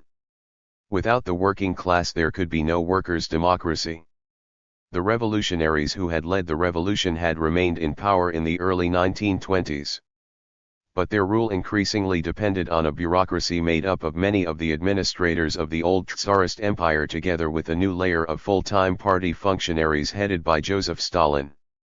Such bureaucrats preserved some of the language of the revolution, but increasingly ruled on their own behalf, driving the revolutionaries of 1917 out of the ruling party. The face of a suffocated corpse may look like that of a living human. Similarly in appearances Russia in 1927 resembled Russia in 1917. But in reality it was fundamentally different. For a time the new rulers of Russia were happy to leave the land and some sections of industry and commerce in private hands, relying on the support of the privileged owners to oust those like Trotsky who wanted to stick by the principles of 1917. But this policy led to a great economic crisis in 1927-28 just as there were renewed threats of Western intervention. The new rulers then did a great U-turn, adopting their own version of military state capitalism. They were desperate for some means to defend their control over Russia from foreign threats. The answer, they decided, lay in building up industry at the maximum speed. This alone would enable them to produce tanks, battleships, aircraft, and machine guns on the same scale as the Western states. As Stalin said, to slacken the pace of industrialization would mean to lag behind, and those who lag behind are beaten. We are 50 to 100 years behind the advanced countries. We must make good this lag in 10 years or they will crush us. Stalin's logic was the same as that of any small capitalist who faces competitive pressure from a bigger capitalist to tell his workers to make every conceivable sacrifice in order to catch up with the rival. The way to catch up with the West, for Stalin, was to copy inside Russia all the methods of primitive accumulation used elsewhere. The British Industrial Revolution had been based on driving the peasants from the land through enclosures and clearances. Stalin smashed peasant control of the land through collectivization, which forced millions to migrate to the cities. British capitalism had accumulated wealth through slavery in the Caribbean and North America. Stalin herded millions of people 75 into the slave camps of the Gulag. Britain had pillaged Ireland, India, and Africa. Stalin took away the rights of the non-Russian republics of the USSR and deported whole peoples thousands of miles away from their homes. The British Industrial Revolution had involved denying workers the most elementary rights and making men, women, and children work up to 16 hours a day. Stalin followed suit, abolishing the independence of the unions, shooting down strikers, and cutting real wages by about 50%. The only significant difference between Stalin's methods and those of Western capitalism in its infancy was that, while Western capitalism took hundreds of years to complete its primitive accumulation, Stalin sought to achieve his in a couple of decades. The brutality and barbarism were, therefore, much more concentrated in time. The Stalinist bureaucracy could not catch up by copying the small-scale market capitalism of England during the Industrial Revolution. Russia could only succeed militarily if its industries were similar in size to those of the West. But there was no time to wait for private firms to grow larger as they gobbled each other up. The state had to intervene to bring about the necessary scale of production. State capitalist monopolies, not small private firms, were to carry accumulation through. And the state had to coordinate the whole economy, subordinating production of everything else to this accumulation. Most people saw this as socialist, and many still do. For Stalinism did indeed break the backbone of private capitalism in Russia and later in Eastern Europe, China, and so on. But its own methods were very similar to those of the Western war economies. It planned as they planned so as to hold down the consumption of the masses while building up heavy industry and arms production.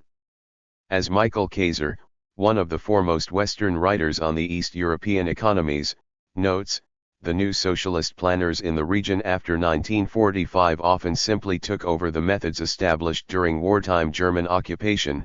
Many market relations suppressed by the price and quantity controls of 1939 to 45 never re-emerged. One of the best-known Polish planners, Oskar Lang, noted, methods of highly centralized administrative planning and management widely using coercion are not characteristic features. 76. Of socialism, but rather a technique of the war economy. Such a model of state intervention and planning had an appeal to the rulers of many of the world's weaker capitalisms in the 1930s, 1940s, 1950s, and 1960s.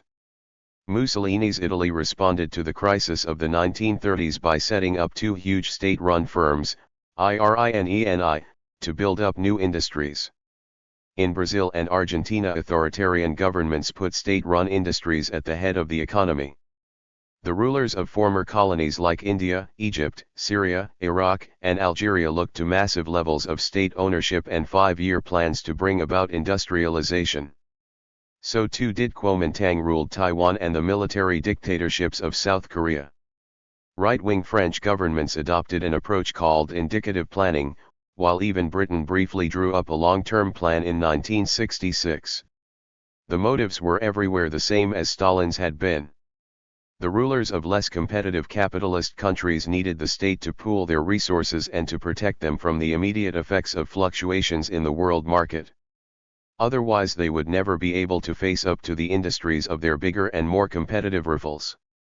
As a result, for nearly half a century the orthodoxy of capitalist economics was that there had to be state intervention and that planning was a good thing. John Maynard Keynes had been the apostle of this approach in the West, Joseph Stalin in Russia. They were very different personalities, one a liberal-minded academic and civil servant who made himself a million on the stock exchange, the other a murderous dictator. The supporters of one tended to be in the Social Democratic and Labour parties, of the other in their bitter rivals, the Stalinist parties. Yet they shared one important idea: they each believed that taking over the existing state and using it to direct the national economy could prevent crises and ensure continual industrial advance. 20. The end of an illusion. There were, as we have seen, enormous changes in the fortunes of the capitalist system in the 30 years between 1932 and 1962. In 1932 all of the predictions Marx had made about the system seemed to be being fulfilled. There was a catastrophic crisis worse than ever before. A third of people were jobless in the world's two largest industrial economies, Germany and US. Millions of middle-class people found themselves in the same desperate plight as the mass of workers, even in the advanced economies. In colonial countries the collapse of raw material prices plunged unprecedented numbers into dire poverty. The sheer depth of the crisis was breeding the most barbarous dictatorships known in history, with the rise of Hitler in Germany. There seemed to be no hope anywhere except by a complete break with capitalism. As Anthony Crosland, a leading labor right-winger, wrote in 1956 about the atmosphere in his youth. The pervasive influence of Marxist analysis in the 1930s was a reflection of an intellectual ferment without parallel in the history of the British labor movement. More and more people came to feel that some thoroughgoing analysis was needed to explain the catastrophe which appeared to be engulfing world capitalism. Things seemed very different a quarter of a century later. There was full employment in all the advanced industrial countries. Output seemed to be expanding inexorably with the longest boom the system had ever known. Real wages went up year after year, while even right-wing governments provided welfare states to care for the poor, the sick, and the old. Nazism seemed like a nightmare from long ago as parliamentary democracy stabilized in advanced countries and began to make inroads in the less developed South European countries. This was the background against which many intellectuals who had once proclaimed their belief in Marxism now insisted it no longer applied. They accepted the then prevailing orthodoxy that crises were a thing of the past and that the class struggle was withering away. Capitalism, they insisted, was slowly changing into a post-capitalist affluent society in which the only argument was over how exactly to spread the benefits of limitless wealth and ever greater leisure time. Crossland put the argument in a highly influential book, The Future of Socialism. The belief that the inner contradictions of capitalism would lead first to a gradual pauperization of the masses and ultimately to the collapse of the whole system has by now been rather obviously disproved. Full employment has replaced depression, the instability 78 is vastly less, and the rate of growth appreciably more. The present rate of growth will continue, and the future is more likely to be characterized by inflation than by unemployment. Almost all the basic characteristic features of traditional pre-1914 capitalism have been either greatly modified or completely transformed. This had off the welfare budget. Even on labor's right there were a few senior figures horrified at what was happening. Crossland, the man who had insisted in 1956 that Britain was no longer capitalist, now told stunned Foreign Office officials, the IMF is a capitalist body, it's intolerable that a socialist government should have its philosophy imposed on it. Yet people like Crossland found it impossible to shift the rest of the Labour government.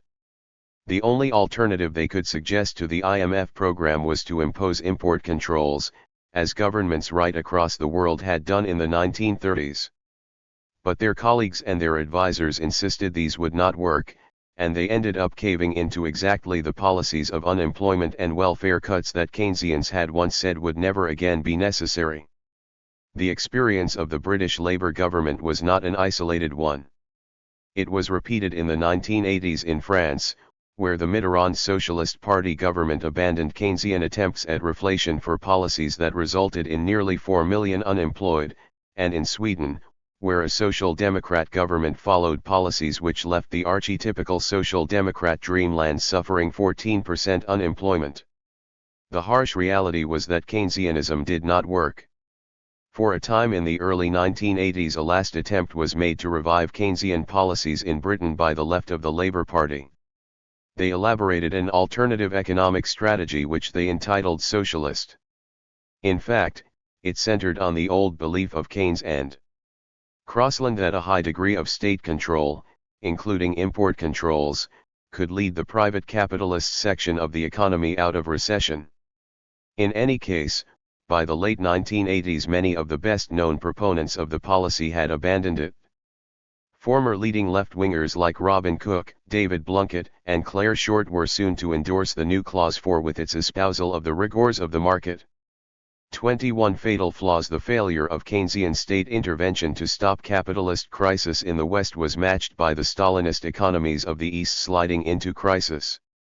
This increased the confusion of those in the West and the Third World who had looked to the state to overcome the absurdities of capitalism. So long as the Eastern economies seemed to be going from strength to strength, their example was used to justify policies to build up investment and competitiveness through state controls in the West. If only Stalinism could somehow be combined with parliamentary democracy, much of the left claimed, then there was a way of getting out of the crisis. THRD-UG program of reform. But such a view could not survive events in the 1980s when it became clear that the eastern states were beginning to collapse economically. Poland went through a characteristic boom-slump cycle in the late 1970s and early 1980s and, in the process, saw the rise of the mass workers' movement Solidarność and its crushing by military rule.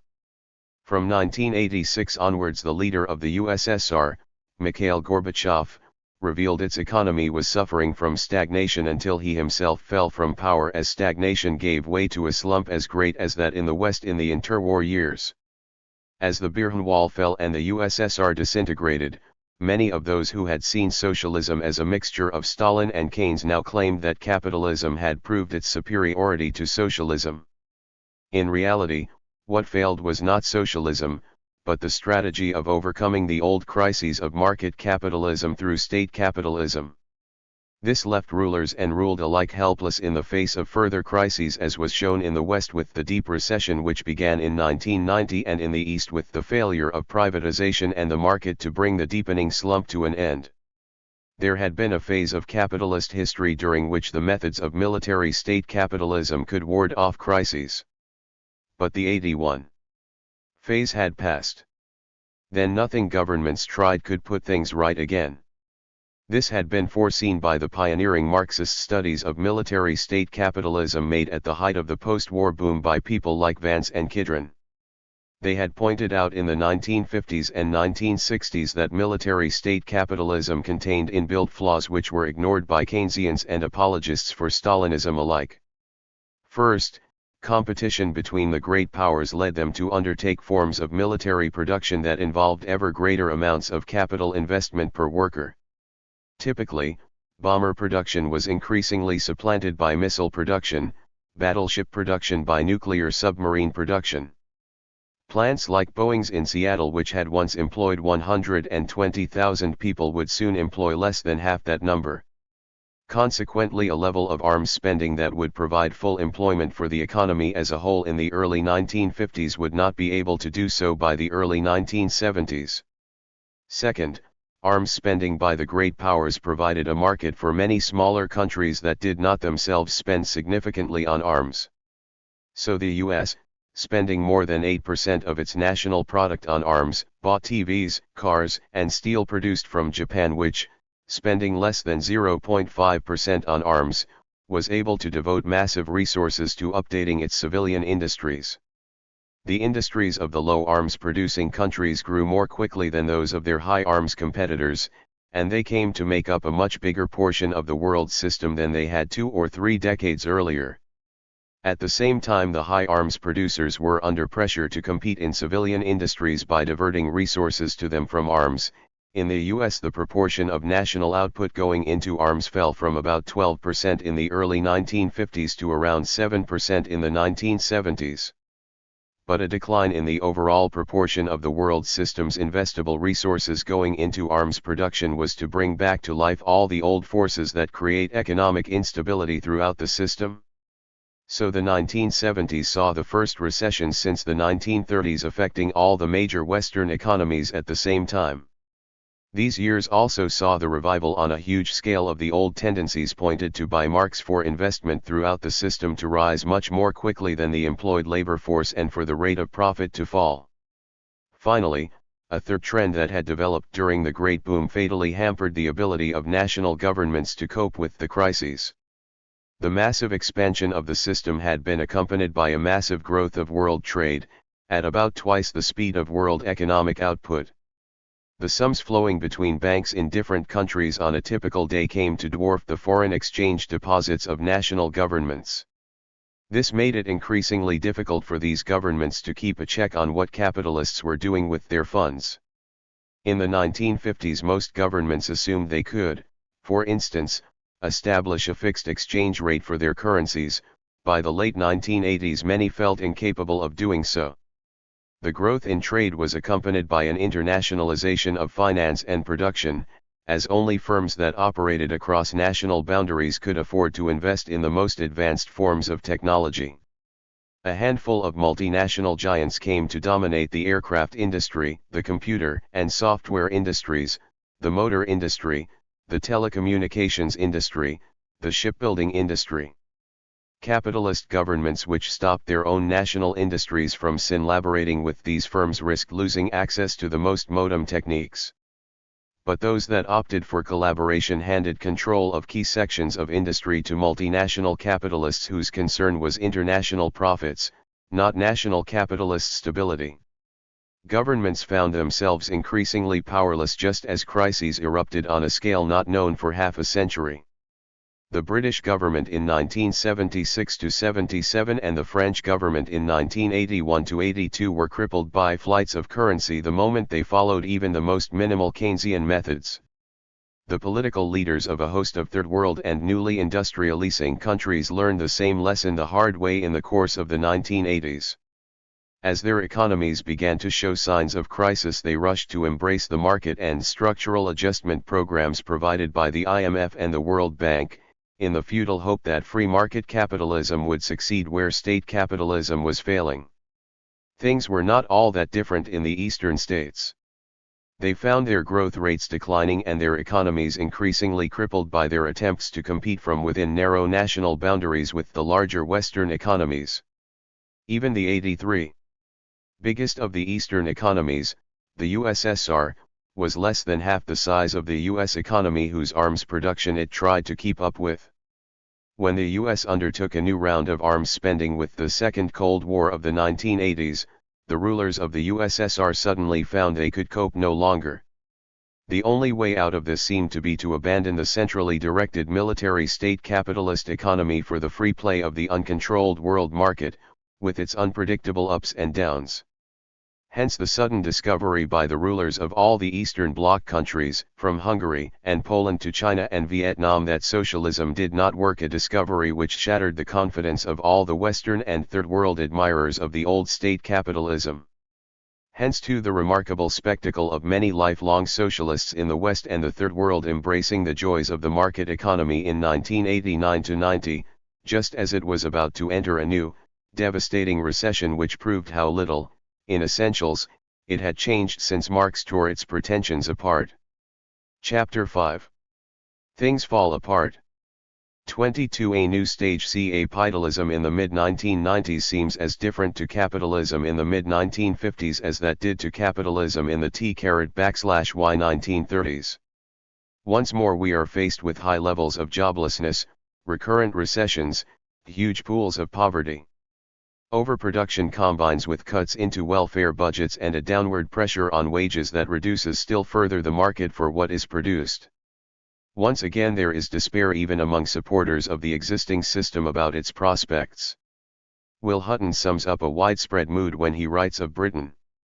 There is a mounting and quite proper sense of crisis spreading across all classes about the character and availability of work and its implications for every aspect of society, from the care of our children to the growing dereliction of our cities.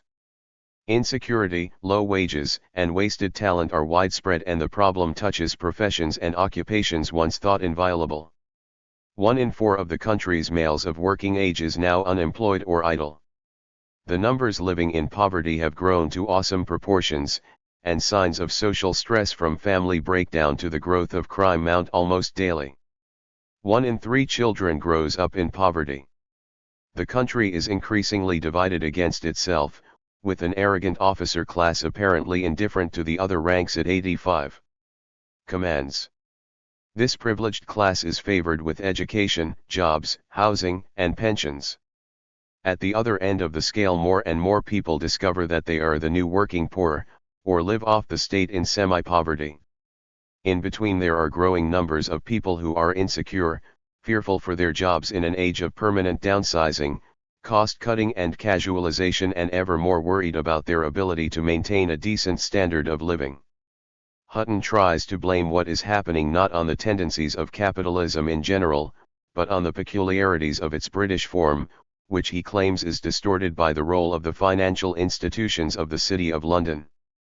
But he has to admit, what is happening in Britain is only a more acute version of what is happening elsewhere. There is scarcely a Western country that cannot tell us at least one tale similar to Britain. In the US, job insecurity is endemic, and the wages of the bottom 10% of the labor force are about 25% lower than they are for the same group in Britain. Nearly 1 job in 5 in the US does not carry sufficient income to rear a family of 4. One of the most prominent theorists of the affluent society of the 1950s and 1960s was J.K. Galbraith. His description of the US today is nearly as damning as Hutton's description of Britain.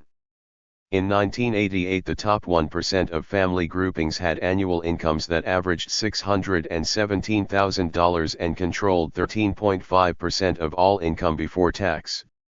The top 20% lived in some comfort with incomes of $50,000 a year and above. To them accrued 51.8% of all income before taxes. Comfort and economic well-being is being supported and enhanced by the presence in the modem economy of a large, highly useful, even essential class that does not share in the agreeable existence of the favored community, is integrally a part of a larger economic process and serves the living standard and the comfort of the favored community. The economically fortunate are heavily dependent on its presence. The poor in our economy are needed to do the work that the more fortunate do not do and would find manifestly distasteful, even distressing. Galbraith talks, confusingly, of a contented majority of 2/3 of people, but he means 2/3 of those who bother to 86. Vote, not 2/3 of the adult population. In fact, he notes, conditions for the great mass of the American population have been getting worse over the last decade and half, with 4/5 of families seeing their incomes fall, with a fall for workers on the median wage of about 5%. He also insists on the intrinsic tendency of capitalism to instability, to recession and depression, on the powerful tendency of the economic system to turn damagingly, not only on consumers, workers, or the public at large, but ruthlessly inward on itself. He writes of recession and depression made worse by long-term economic desuetude, the danger implicit in autonomous military power, and growing unrest in the urban slums caused by worsening deprivation and hopelessness. He even makes a comparison between the US today and the USSR in the final years before it fell apart. Few things could have been further from accepted thought than the possibility that the explosive events in Eastern Europe could have a parallel in the United States or perhaps Britain. Communism had failed, capitalism was triumphant. Could anyone be so pessimistic to -ee that lurking in the successful system were grave flaws similarly concealed? Alas, there are. You do not, of course, get such damning indictments of what is happening from the economists of the Tory right. They are still trying to celebrate the collapse of the state-run economies of the USSR and Eastern Europe. But even they have to accept that the system operates in a much more destructive way than was claimed in the 1950s or even the mid-1980s. Former Tory Chancellor Nigel Lawson can attack his successor, Clark, for failing to see the inevitability of the trade cycle of boom and slump. The former enthusiast for monetarism, Samuel Britton of the Financial Times, can note with puzzlement deep-seated factors such as the trend away from jobs for life which is being experienced in all countries and creating massive job insecurity.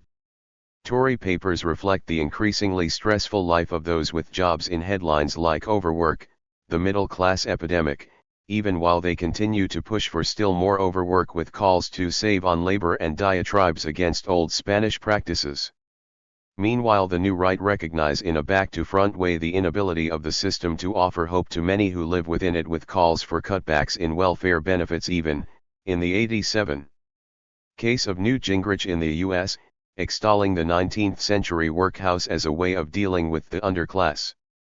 Such a message is a far cry from that of the 1950s, when even conservative politicians like Eisenhower in the U.S. and Macmillan in Britain promised everyone a better life, when the American dream meant not merely success for those at the top but also security for those at the bottom, and when a British Tory government won an election around the slogans, "We're all working class now and you've never had it so good."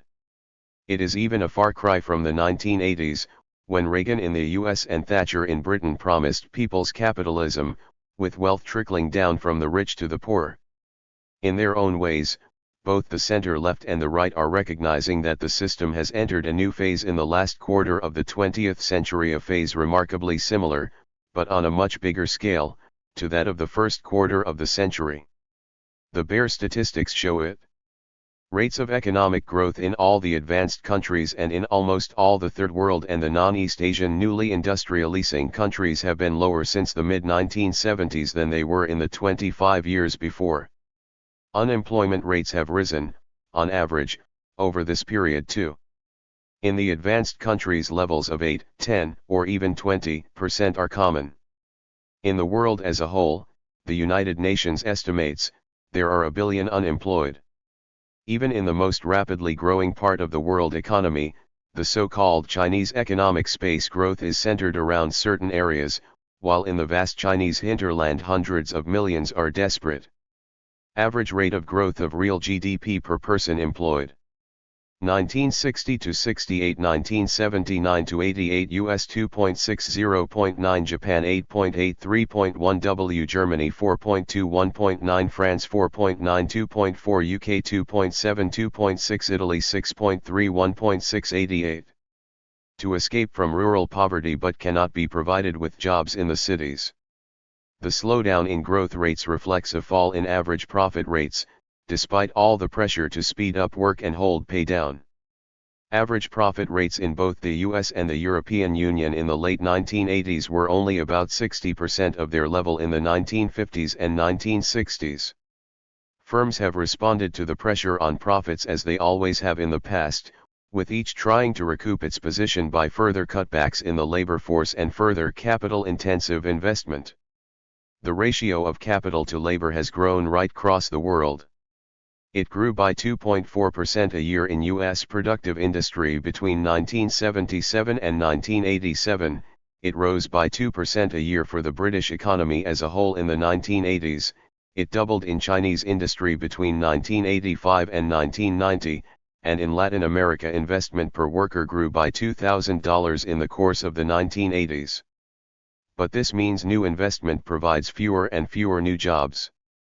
People are driven out of old, uncompetitive sections of industry, without being provided with jobs in new, technologically advanced sectors. Expansion of production using less and less labor could lead to a realization of all of humanity's utopian dreams of the last 5,000 years, to a world without debilitating scarcity, to freedom from the pressure of work and to leisure for genuine creativity. But under the existing system it, instead, simply results in two devastating discrepancies. There is a growing imbalance between the level of investment and the level of profit required to sustain that investment. And there is a growing gap between the potential output of the economy and the ability of people's pay packets to provide effective demand. Productive capital accumulation takes place in fits and starts suddenly surging forward and destroying old jobs, then, fearful of not making a profit, suddenly grinding to a halt and preventing the creation of new jobs. Firms/workforces in order to keep ahead of their rivals and tell those workers who remain to toil ever harder. As competition grows ever more intense, firms devote ever greater resources to unproductive forms of competition, to expenditure on marketing and advertising, to promotion and packaging.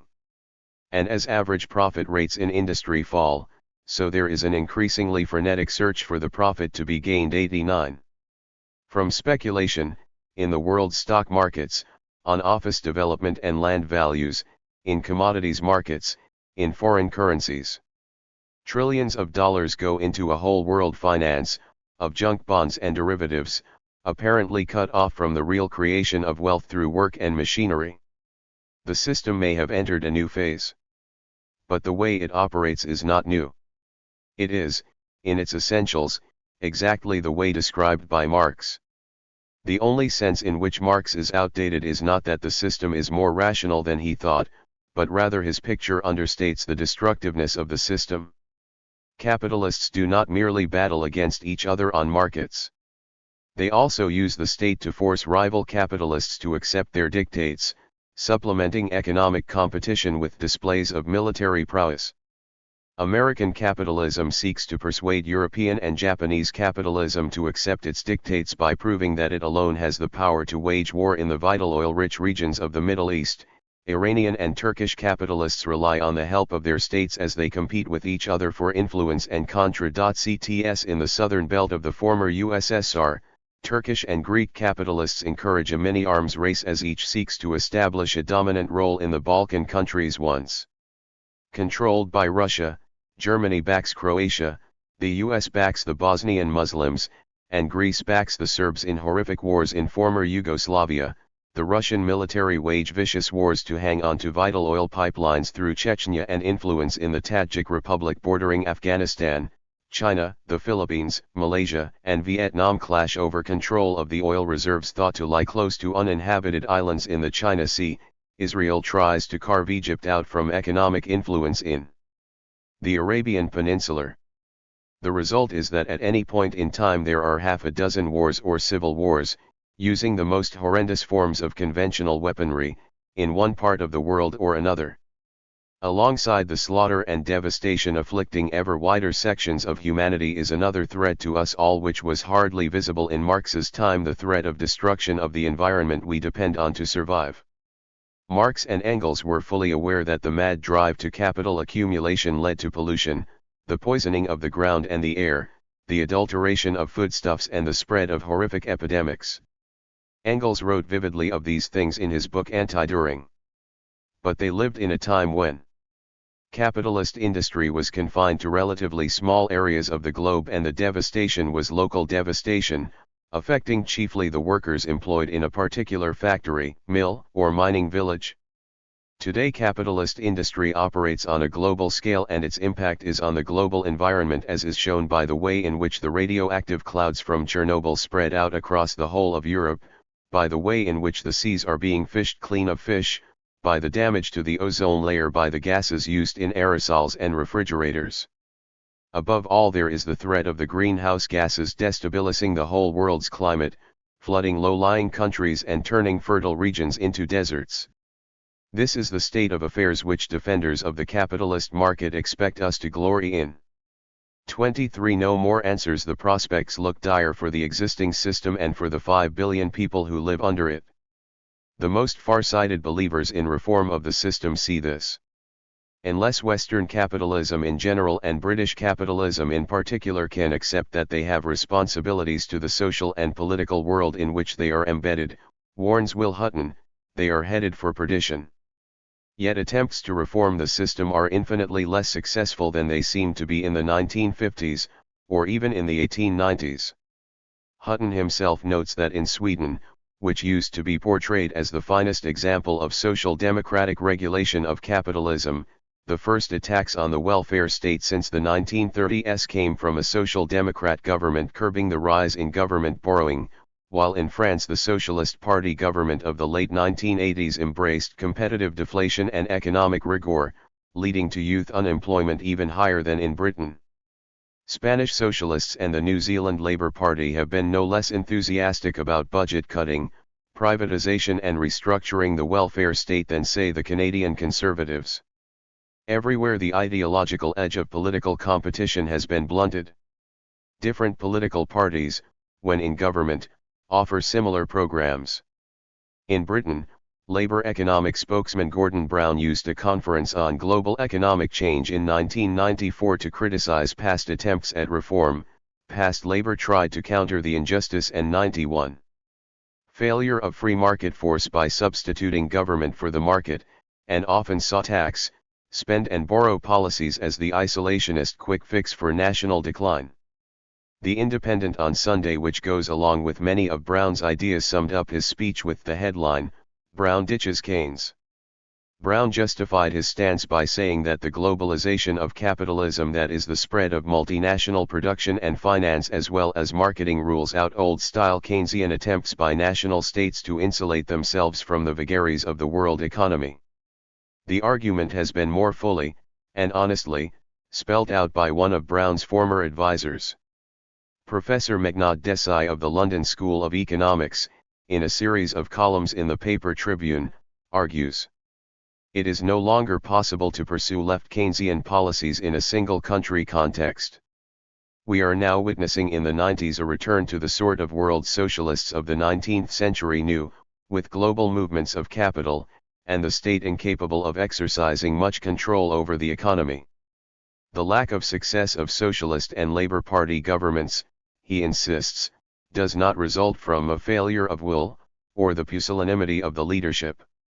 The problem is the resurgence of capitalism. A century after Marx and Engels it continues constantly to reproduce itself. This means even public ownership of the economy is no guarantee of control of the market."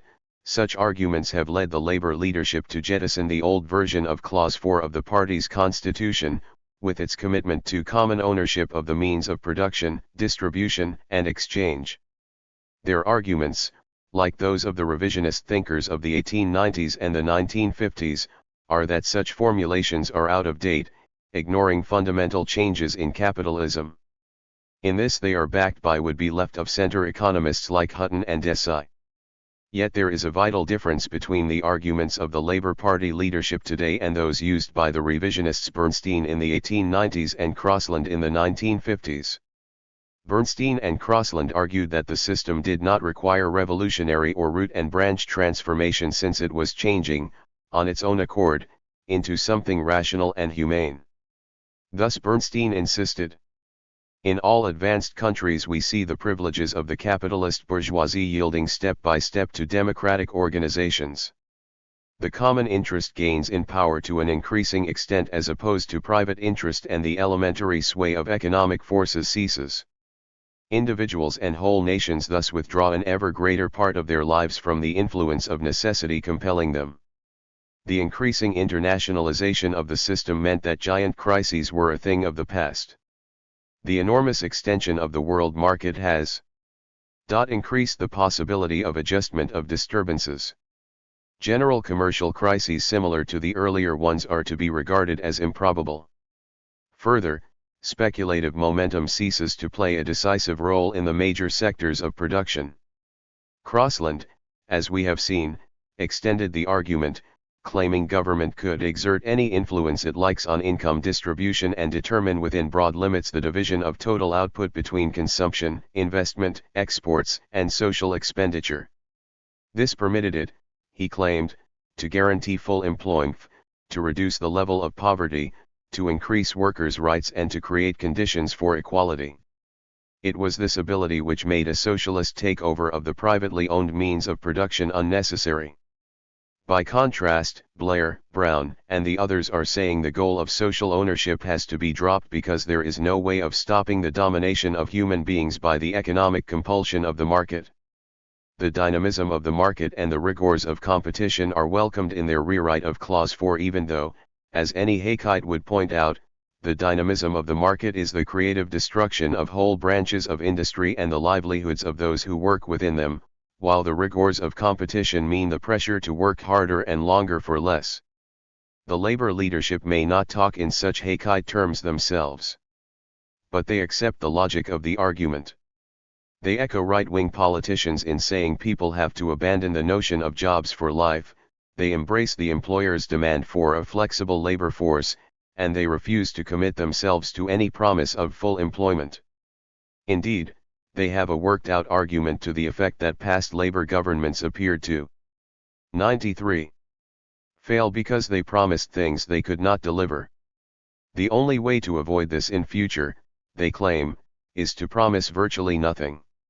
What they offer, in fact, is not Bernstein and Crossland's promise of unlimited reforms as the alternative to revolution, but a reformism without reforms. 24 Reformism's last fling, "Say what we mean and mean what we say," is a favorite soundbite of the Labour Party leadership. But they can hardly admit in public that they can offer no reforms to the people who back them. So they juggle with particular arguments and rely on left-of-center economists and journalists like Will Hutton and William Keegan to present them. These argue that there are alternative models of capitalism which work much better than that which has failed in Britain. The social market and PEOP list forms that exist in Germany and Japan are held up as examples. Such models, it is claimed, give workers greater security, so winning greater cooperation from them. This allows firms higher profits while at the same time offering workers a better deal.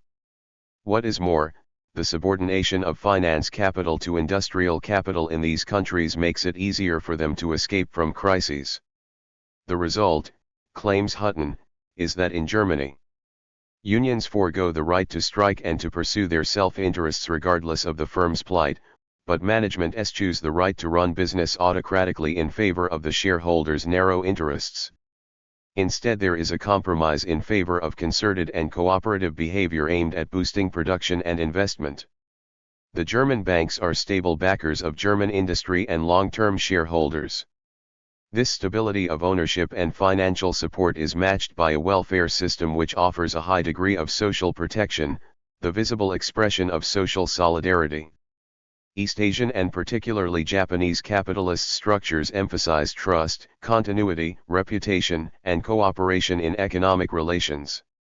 The firm is the core social unit of which individuals are members rather than simply workers. Income inequality is at the lower end of the international scale.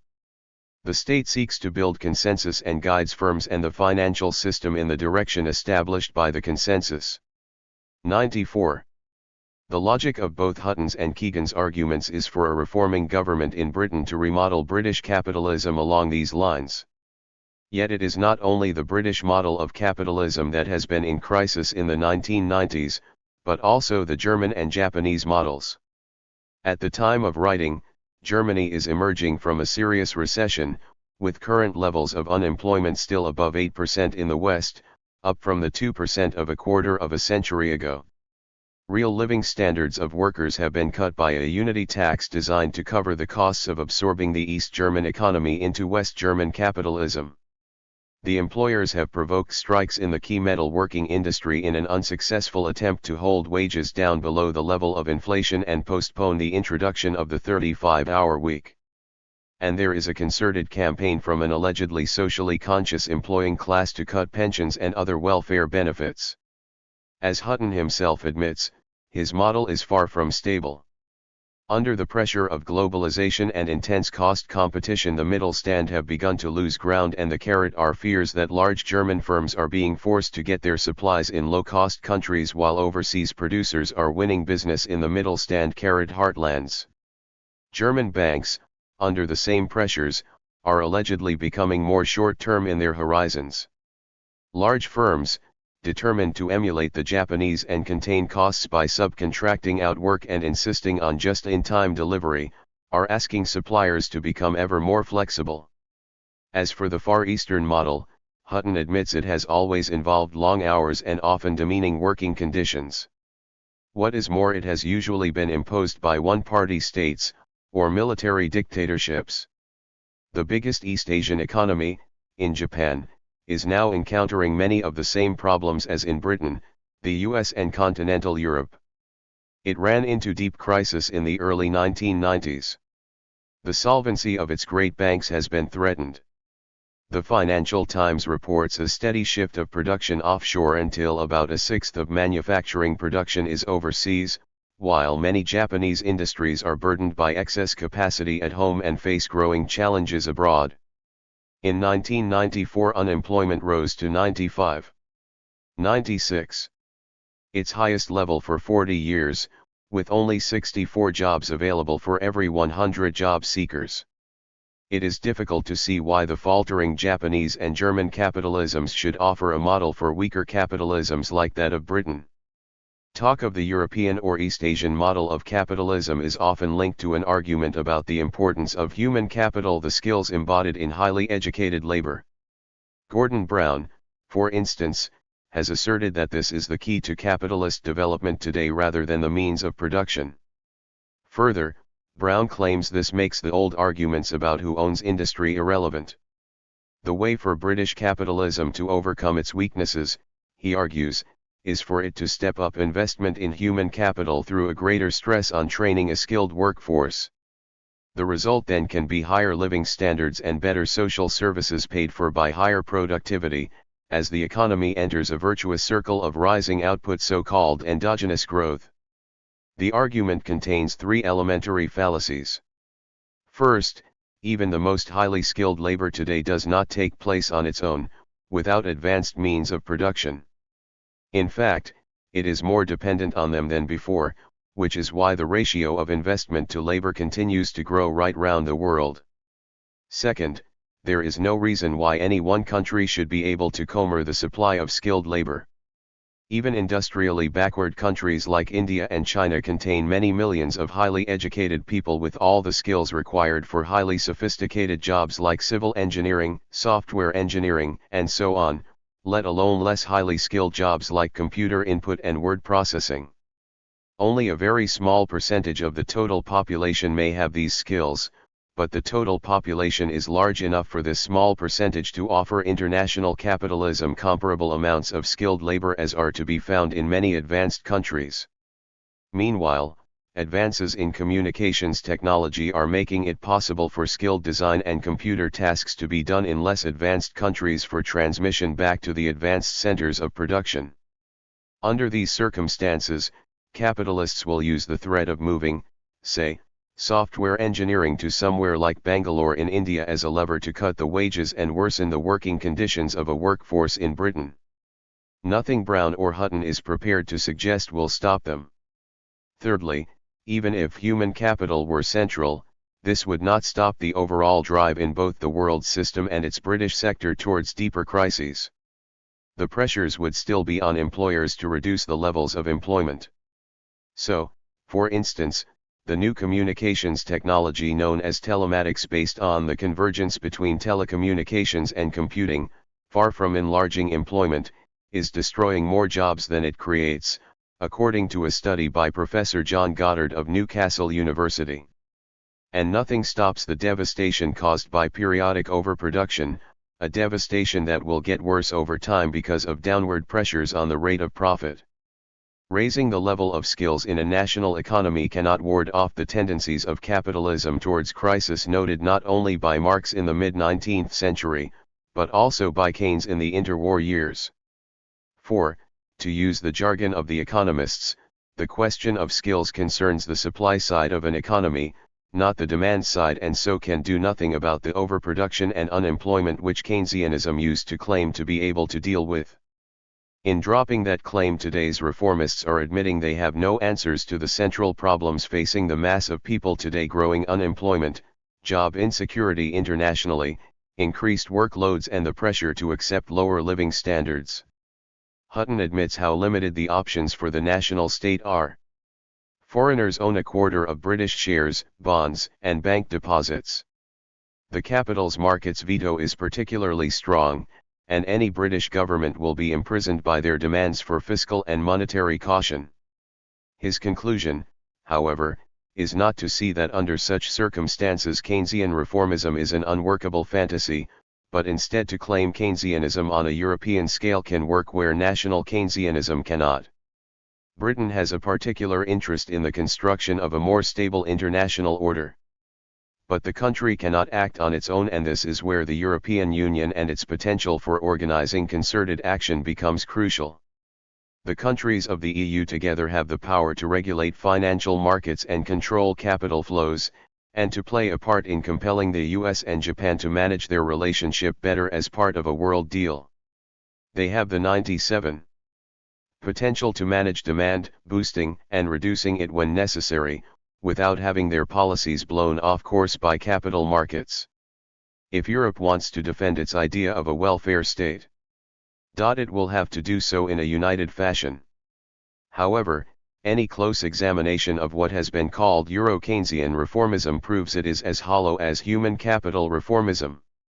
It assumes that the different European capitalist powers can simply sink their differences and cooperate economically, when so far they have failed to cooperate to maintain their currency parities within the European Monetary Union, or even to coordinate their foreign policies to deal with a civil war just across the Union's borders in former Yugoslavia.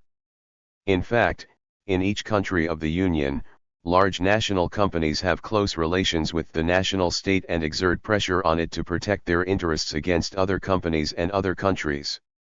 What is more, the internationalization of the system means that even governments of the largest economies in the world, those of the US and Japan, are increasingly restricted in what they can do by the pressures of worldwide competition. A united capitalist Europe would find itself subject to the same pressures. The response of big business would be to step up its pressures on governments to attack workers' conditions. Thus, a Financial Times supplement, Can Europe Compete?, published early in 1994, claimed the alternatives were either greater competitiveness, labor market deregulation and radical reform of the public sector, or Eurosclerosis, which would make the European Union a backwater of the global economy. Finally, and most importantly, the Euro-Keynesians ignore the fact that the long post-war boom was not a result of Keynesian methods. Keynes no more caused the long boom than waking up in the morning causes the sun to rise. Rather, he signaled something which was happening anyway, as governments turned to a massive level of military spending and, with it, to massive intervention in the economy. Indeed, his own prescriptions for keeping booms going were rarely used during the Golden Age. Strangely enough, Hutton, one of the most enthusiastic of the latter-day Keynesians, has recognized as much in one of his columns for The Guardian, pointing to the proof offered by Robin Matthews as long ago as 1968 that the amount of Keynesian 98 pump priming to manage demand in the 1950s and 1960s was comparatively small and could not have been responsible for the long period of economic expansion. Attempts were made to use Keynesian methods in all the advanced countries when this period came to an end in the mid-1970s and were abandoned everywhere because they did not work. People like Hutton are wishing for the moon when they claim that such policies can work, if used on a European scale, 20 years later. No doubt it is because they are dimly aware of this that politicians like Blair and Brown and their equivalents in France, Germany, Italy, Spain, and Scandinavia refuse to promise improvements in welfare benefits, unemployment levels or working conditions. But this leaves them with economic policies hardly distinguishable from their Tory opponents. Hutton has on occasion been forced to recognize this, as when he criticized the leader of the Labour Party in The Guardian for delivering a speech that could have been delivered by Eddie George, Governor of the Bank of England, or Michael Camdesis of the International Monetary Fund. This is a position straight from the right revolution of the 1970s, whose intellectual authors include Milton Friedman and Friedrich Hayek. 25 Socialism or barbarism, a reprise in the early 21st century of the conditions in the early part of the century. Such is the danger that confronts the world if we cannot deal with the present crisis, concludes Will Hutton in his book The State We're In. Those conditions included 2 world wars, the rise of Nazism, the collapse of democracy across most of Europe, the victory of Stalinism, the death camps and the Gulag. If they were to be repeated in a few years' time, there is no doubt it would be on a much more horrific scale. We would be facing fascist regimes armed with nuclear weapons, with devastation and death on a scale that even Hitler could not imagine. We would indeed be facing a future of barbarism, if not the final destruction of the whole of humanity. Warnings of such a future are not to be treated lightly. Already the crisis of the 1990s has begun to unleash the same barbaric forces we saw in the 1930s. In one country after another, political adventurers who support the existing system are making 99 careers for themselves by trying to scapegoat ethnic or religious minorities. In Russia, the Hitler admirer, racist, and proponent of nuclear war Zhirinovsky got 24% of the vote in the November 1993 poll. In Bombay, another Hitler admirer, Bal Thackeray, runs the state government, threatening to wage war against the Muslim minority. In Turkey, the government and the military wage a war against the Kurdish fifth of the population, while the fascists try to incite Sunni Muslims to murder Alawi Muslims. In Rwanda, the former dictator unleashed a horrific slaughter of Tutsis by Hutus, while in neighboring Burundi there is the threat of a slaughter of Hutus by Tutsis. All this horror has its origins in the failure of market capitalism to provide even minimally satisfactory lives for the mass of people. Instead, it leaves a fifth of the world's population undernourished and most of the rest doubting whether they will be able to enjoy tomorrow the small comforts allowed to them today. Both the out-and-out defenders of miling class power and today's timid and cowed reformists tell us there is no alternative to the system. But if that is true, then there is no hope for humanity. Politics becomes merely about moving the deck chairs on the Titanic while making sure no one disturbs the rich and privileged as they dine at the captain's table. But there is an alternative. The whole crazy system of alienated labor is a product of what we do. Human beings have the power to seize control of the ways of creating wealth and to subordinate them to our decisions, to our values. We do not have to leave them to the blind caprice of the market, to the mad rush of rival owners of wealth in their race to keep ahead of each other. The new technologies that are available today, far from making our lives worse, have the potential to make this control easier. Automated work processes could provide us with more leisure, with more time for creativity and more chance to deliberate on where the world is going. Computerization could provide us with unparalleled information about the resources available to satisfy our needs and how to deploy them effectively. But this alternative cannot come from working within the system, from accepting the insane logic of the market, of competitive accumulation, of working harder in order to force someone else to work harder or lose their job. The alternative can only come from fighting against the system and the disastrous effect its logic has on the lives of the mass of people. The reformists say that such a fight cannot succeed because of the globalization of the system. Globalization is another way of saying the system is increasingly dominated by a relatively few giant industrial and financial institutions, each of which reaches out from its national home base to dominate the lives of millions of people in scores of countries. The power of those who run these institutions is greater than ever before when it comes to forcing into line or forcing out of office governments which try to regulate their activities. But this does not mean those of us who want a humane society need to fight these institutions and the system they make up less than in the past. Quite the opposite. It means we have to fight harder, in a more determined way. It means that they will take a ruthless revenge on us if we fight half-heartedly, rather than seeing the struggle as one to the finish. The British social reformist R. H. Tawney once pointed out, in one of his more radical moments, you can peel an onion layer by layer, you cannot skin a tiger claw by claw. By their talk of globalization, the present-day reformists are recognizing that the system is a tiger, not a placid vegetable just awaiting parliamentary trimming as suggested by Crossland and his ilk 40 years ago. But though they see it as a tiger, today's reformists' conclusion is to let the beast run free. This is not a sane conclusion for anyone who does not want to be eaten alive. Globalization does not rule out a serious fight against the system. For it cuts both ways. The giant corporations are only strong so long as the millions of workers they employ around the world put up with their activities. They can be powerless the moment a serious fight back starts. The very integration of their international operations can increase their vulnerability to action by workers in any one of their national constituents. What is more, an awareness of the multinational character of their employer can make workers in scores of countries see more concretely than ever before the common interests they share, as they are subject to the same disciplines, preached at by the same managers, even forced to wear the same company logo and sing the same company song. Finally, the globalization of communications means that workers in one part of the world are much more aware than ever before of what workers elsewhere are doing. Any upsurge of revolt can suddenly inspire people continents away. This happened back in 101. 102. 1968 with the national liberation struggle in Vietnam and the May events in France. It happened in 1980 with the sudden rise of Solidarność in Poland. It happened through the mid-1980s with the sudden revival of the anti-apartheid struggle in South Africa. It happened again in 1994 with the Chiapas revolt in Mexico.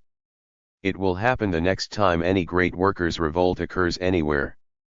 The international nature of the capitalist system prevents any national government, however radical and however great its support from the mass of the people, from breaking completely with the pressures that emanate from the system. This is not, however, a new phenomenon. Marx and Engels stressed the international character of the struggle against capitalism a century and a half ago. The Communist Manifesto insisted that the workers have no fatherland and ended, workers of the world unite. 80 years ago, at the time of the First World War, the leaders of the workers' revolution in Russia established a communist international as the forerunner of the communist United States of the world, precisely because they recognized that no single country, least of all one as backward as Russia was at the time, could create a society of plenty by cutting itself off from the resources and the technical advance existing outside its borders.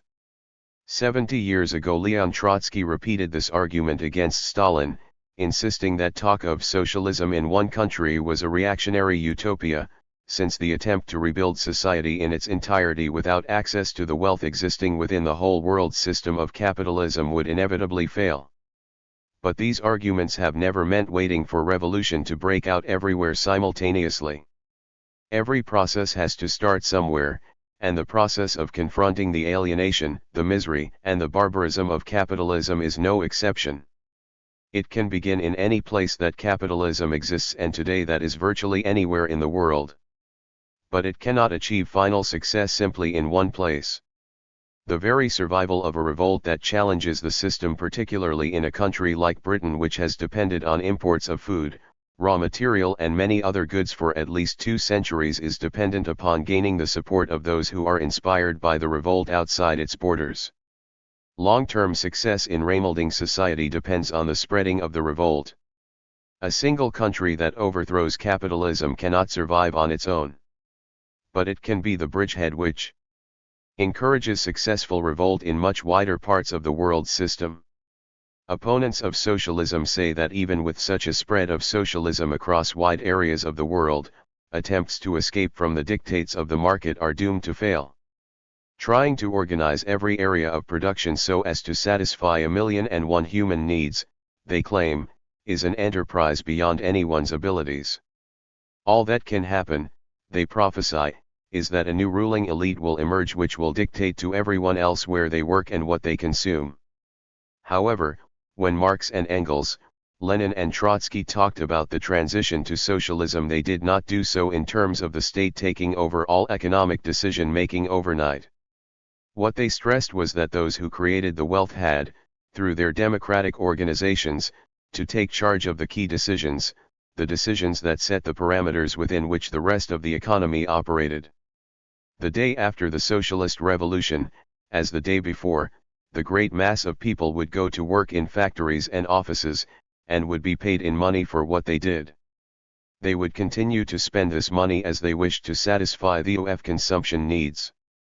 What would change, however, was the representatives of the associated producers, the delegates from the factories, offices, housing estates, pensioners' groups, and so on would decide on the overriding economic priorities. In particular, the major items of social investment would no longer determined on the basis of blind competition between rival firms, but by cooperative decision-making. They recognized that every great change in history from one way of producing human livelihood to another has always involved both gradual and sudden change. Thus the transition from feudalism to capitalism involved slow economic evolution over several centuries, as capitalist production for the market replaced feudal production in the more or less self-contained monoreal village, but also sudden, revolutionary political changes as the rising capitalist class ousted the old feudal ruling class from decisive positions of power. The point was that without the revolutionary change, the evolutionary change would have come to an abrupt halt and society would have started going backward rather than forward, as, in fact, it did when economic evolution was not accompanied by political revolution, first of all through Europe in the 14th century and then in Central 103. 104. Europe in the 17th century. In the same way, the replacement of capitalism by a new economic mechanism based on human cooperation cannot take place all at once overnight. It will, in fact, take many decades for people to learn to control consciously very many of the massive productive processes that take place in a modern society, and in the interim they will have little choice but to continue to put up with the old market mechanisms. But by seizing political control and by taking over the major industries, they can begin making the central decisions, which would then exert an enormous influence on everything else which happened. They could, for instance, stop rival firms wasting enormous resources on setting up industrial facilities in competition with each other and then telling each other's workers they have to accept lower wages and harder work in order to pay for them. They could end the enormous waste on advertising, or on sending identical products in opposite directions around the world. They could turn the luxury homes of the rich into facilities which are so desperately needed by those made poor today. Overall, they can begin to replace anarchy by conscious human decision. When they do so, most of the decisions they have to take will be no more difficult than those taken by the handful of directors who dominate each major industry today. In Britain, for instance, 4/5 of the processing and distribution of food is in the hands of 5 firms. Each of these firms has to coordinate, in a planned way, the production and distribution of thousands of items, trying to fit them in with the tastes of 50 million different men, women, and children. They are able to do so, not because these directors are geniuses. In fact, many of them are typical upper-class twits, but because their wealth enables them to employ large numbers of people with skills, using the most modern technology. But a huge portion of this skilled effort is wasted. The people with the skills are subject to competition between the rival firms and so are unable to cooperate with each other, with the people who work in food production and with those who consume the food. Instead, A huge amount of effort goes into aiding in the exploitation of the firm's workers on the one hand and molding the tastes of the consumers in unhealthy ways on the other. The ownership and control of these major firms by a democratic workers' state, which based itself on the pooling of initiative from below in a cooperative manner, would actually make the coordination of production both simpler and more responsive to the real needs of the consumers. That does not mean that such a socialist organization of the major areas of production would be flawless. No doubt mistakes would be made, with overestimates of what people wanted in one sphere and underestimates in another sphere. No doubt there would be endless arguments about how exactly to proceed. No doubt there would be dissatisfaction as well as satisfaction. But these things would happen as passing incidents, not as something built into the very mechanism of the system. For at present no amount of argument on earth can correct the tendency to overproduction on the one hand and shortages of necessities on the other. The reason is that the system is not based on rational decisions made as a result of reasoned arguments between the mass of people, but on the efforts of small groups of rich people to subordinate everything to their competition with each other to get more riches. It is this blind competition that is producing slumps and booms, growing unemployment alongside increased workloads, overproduction of goods and cutbacks in welfare provision, ever more horrific locaf wars and bitter outbursts of ethnic and religious hatred. Marx pointed out that whenever forms of class rule have clashed with changes in the way production was occurring, two outcomes have been possible: the victory of a new class as a result of bitter struggles, or the throwing backwards of society through the mutual destruction of the contending classes. The German-Polish revolutionary Rosa Luxemburg put the issue even more starkly. The choice under capitalism, she said, was socialism or barbarism. If we look at the way society is developing today in many parts of the globe, we can see, all too vividly, the face of barbarism. But we can also see struggles against the system that repeatedly throw up notions of real advance, based on solidarity, on cooperation, on people caring for each other as they consciously and collectively work out their own futures.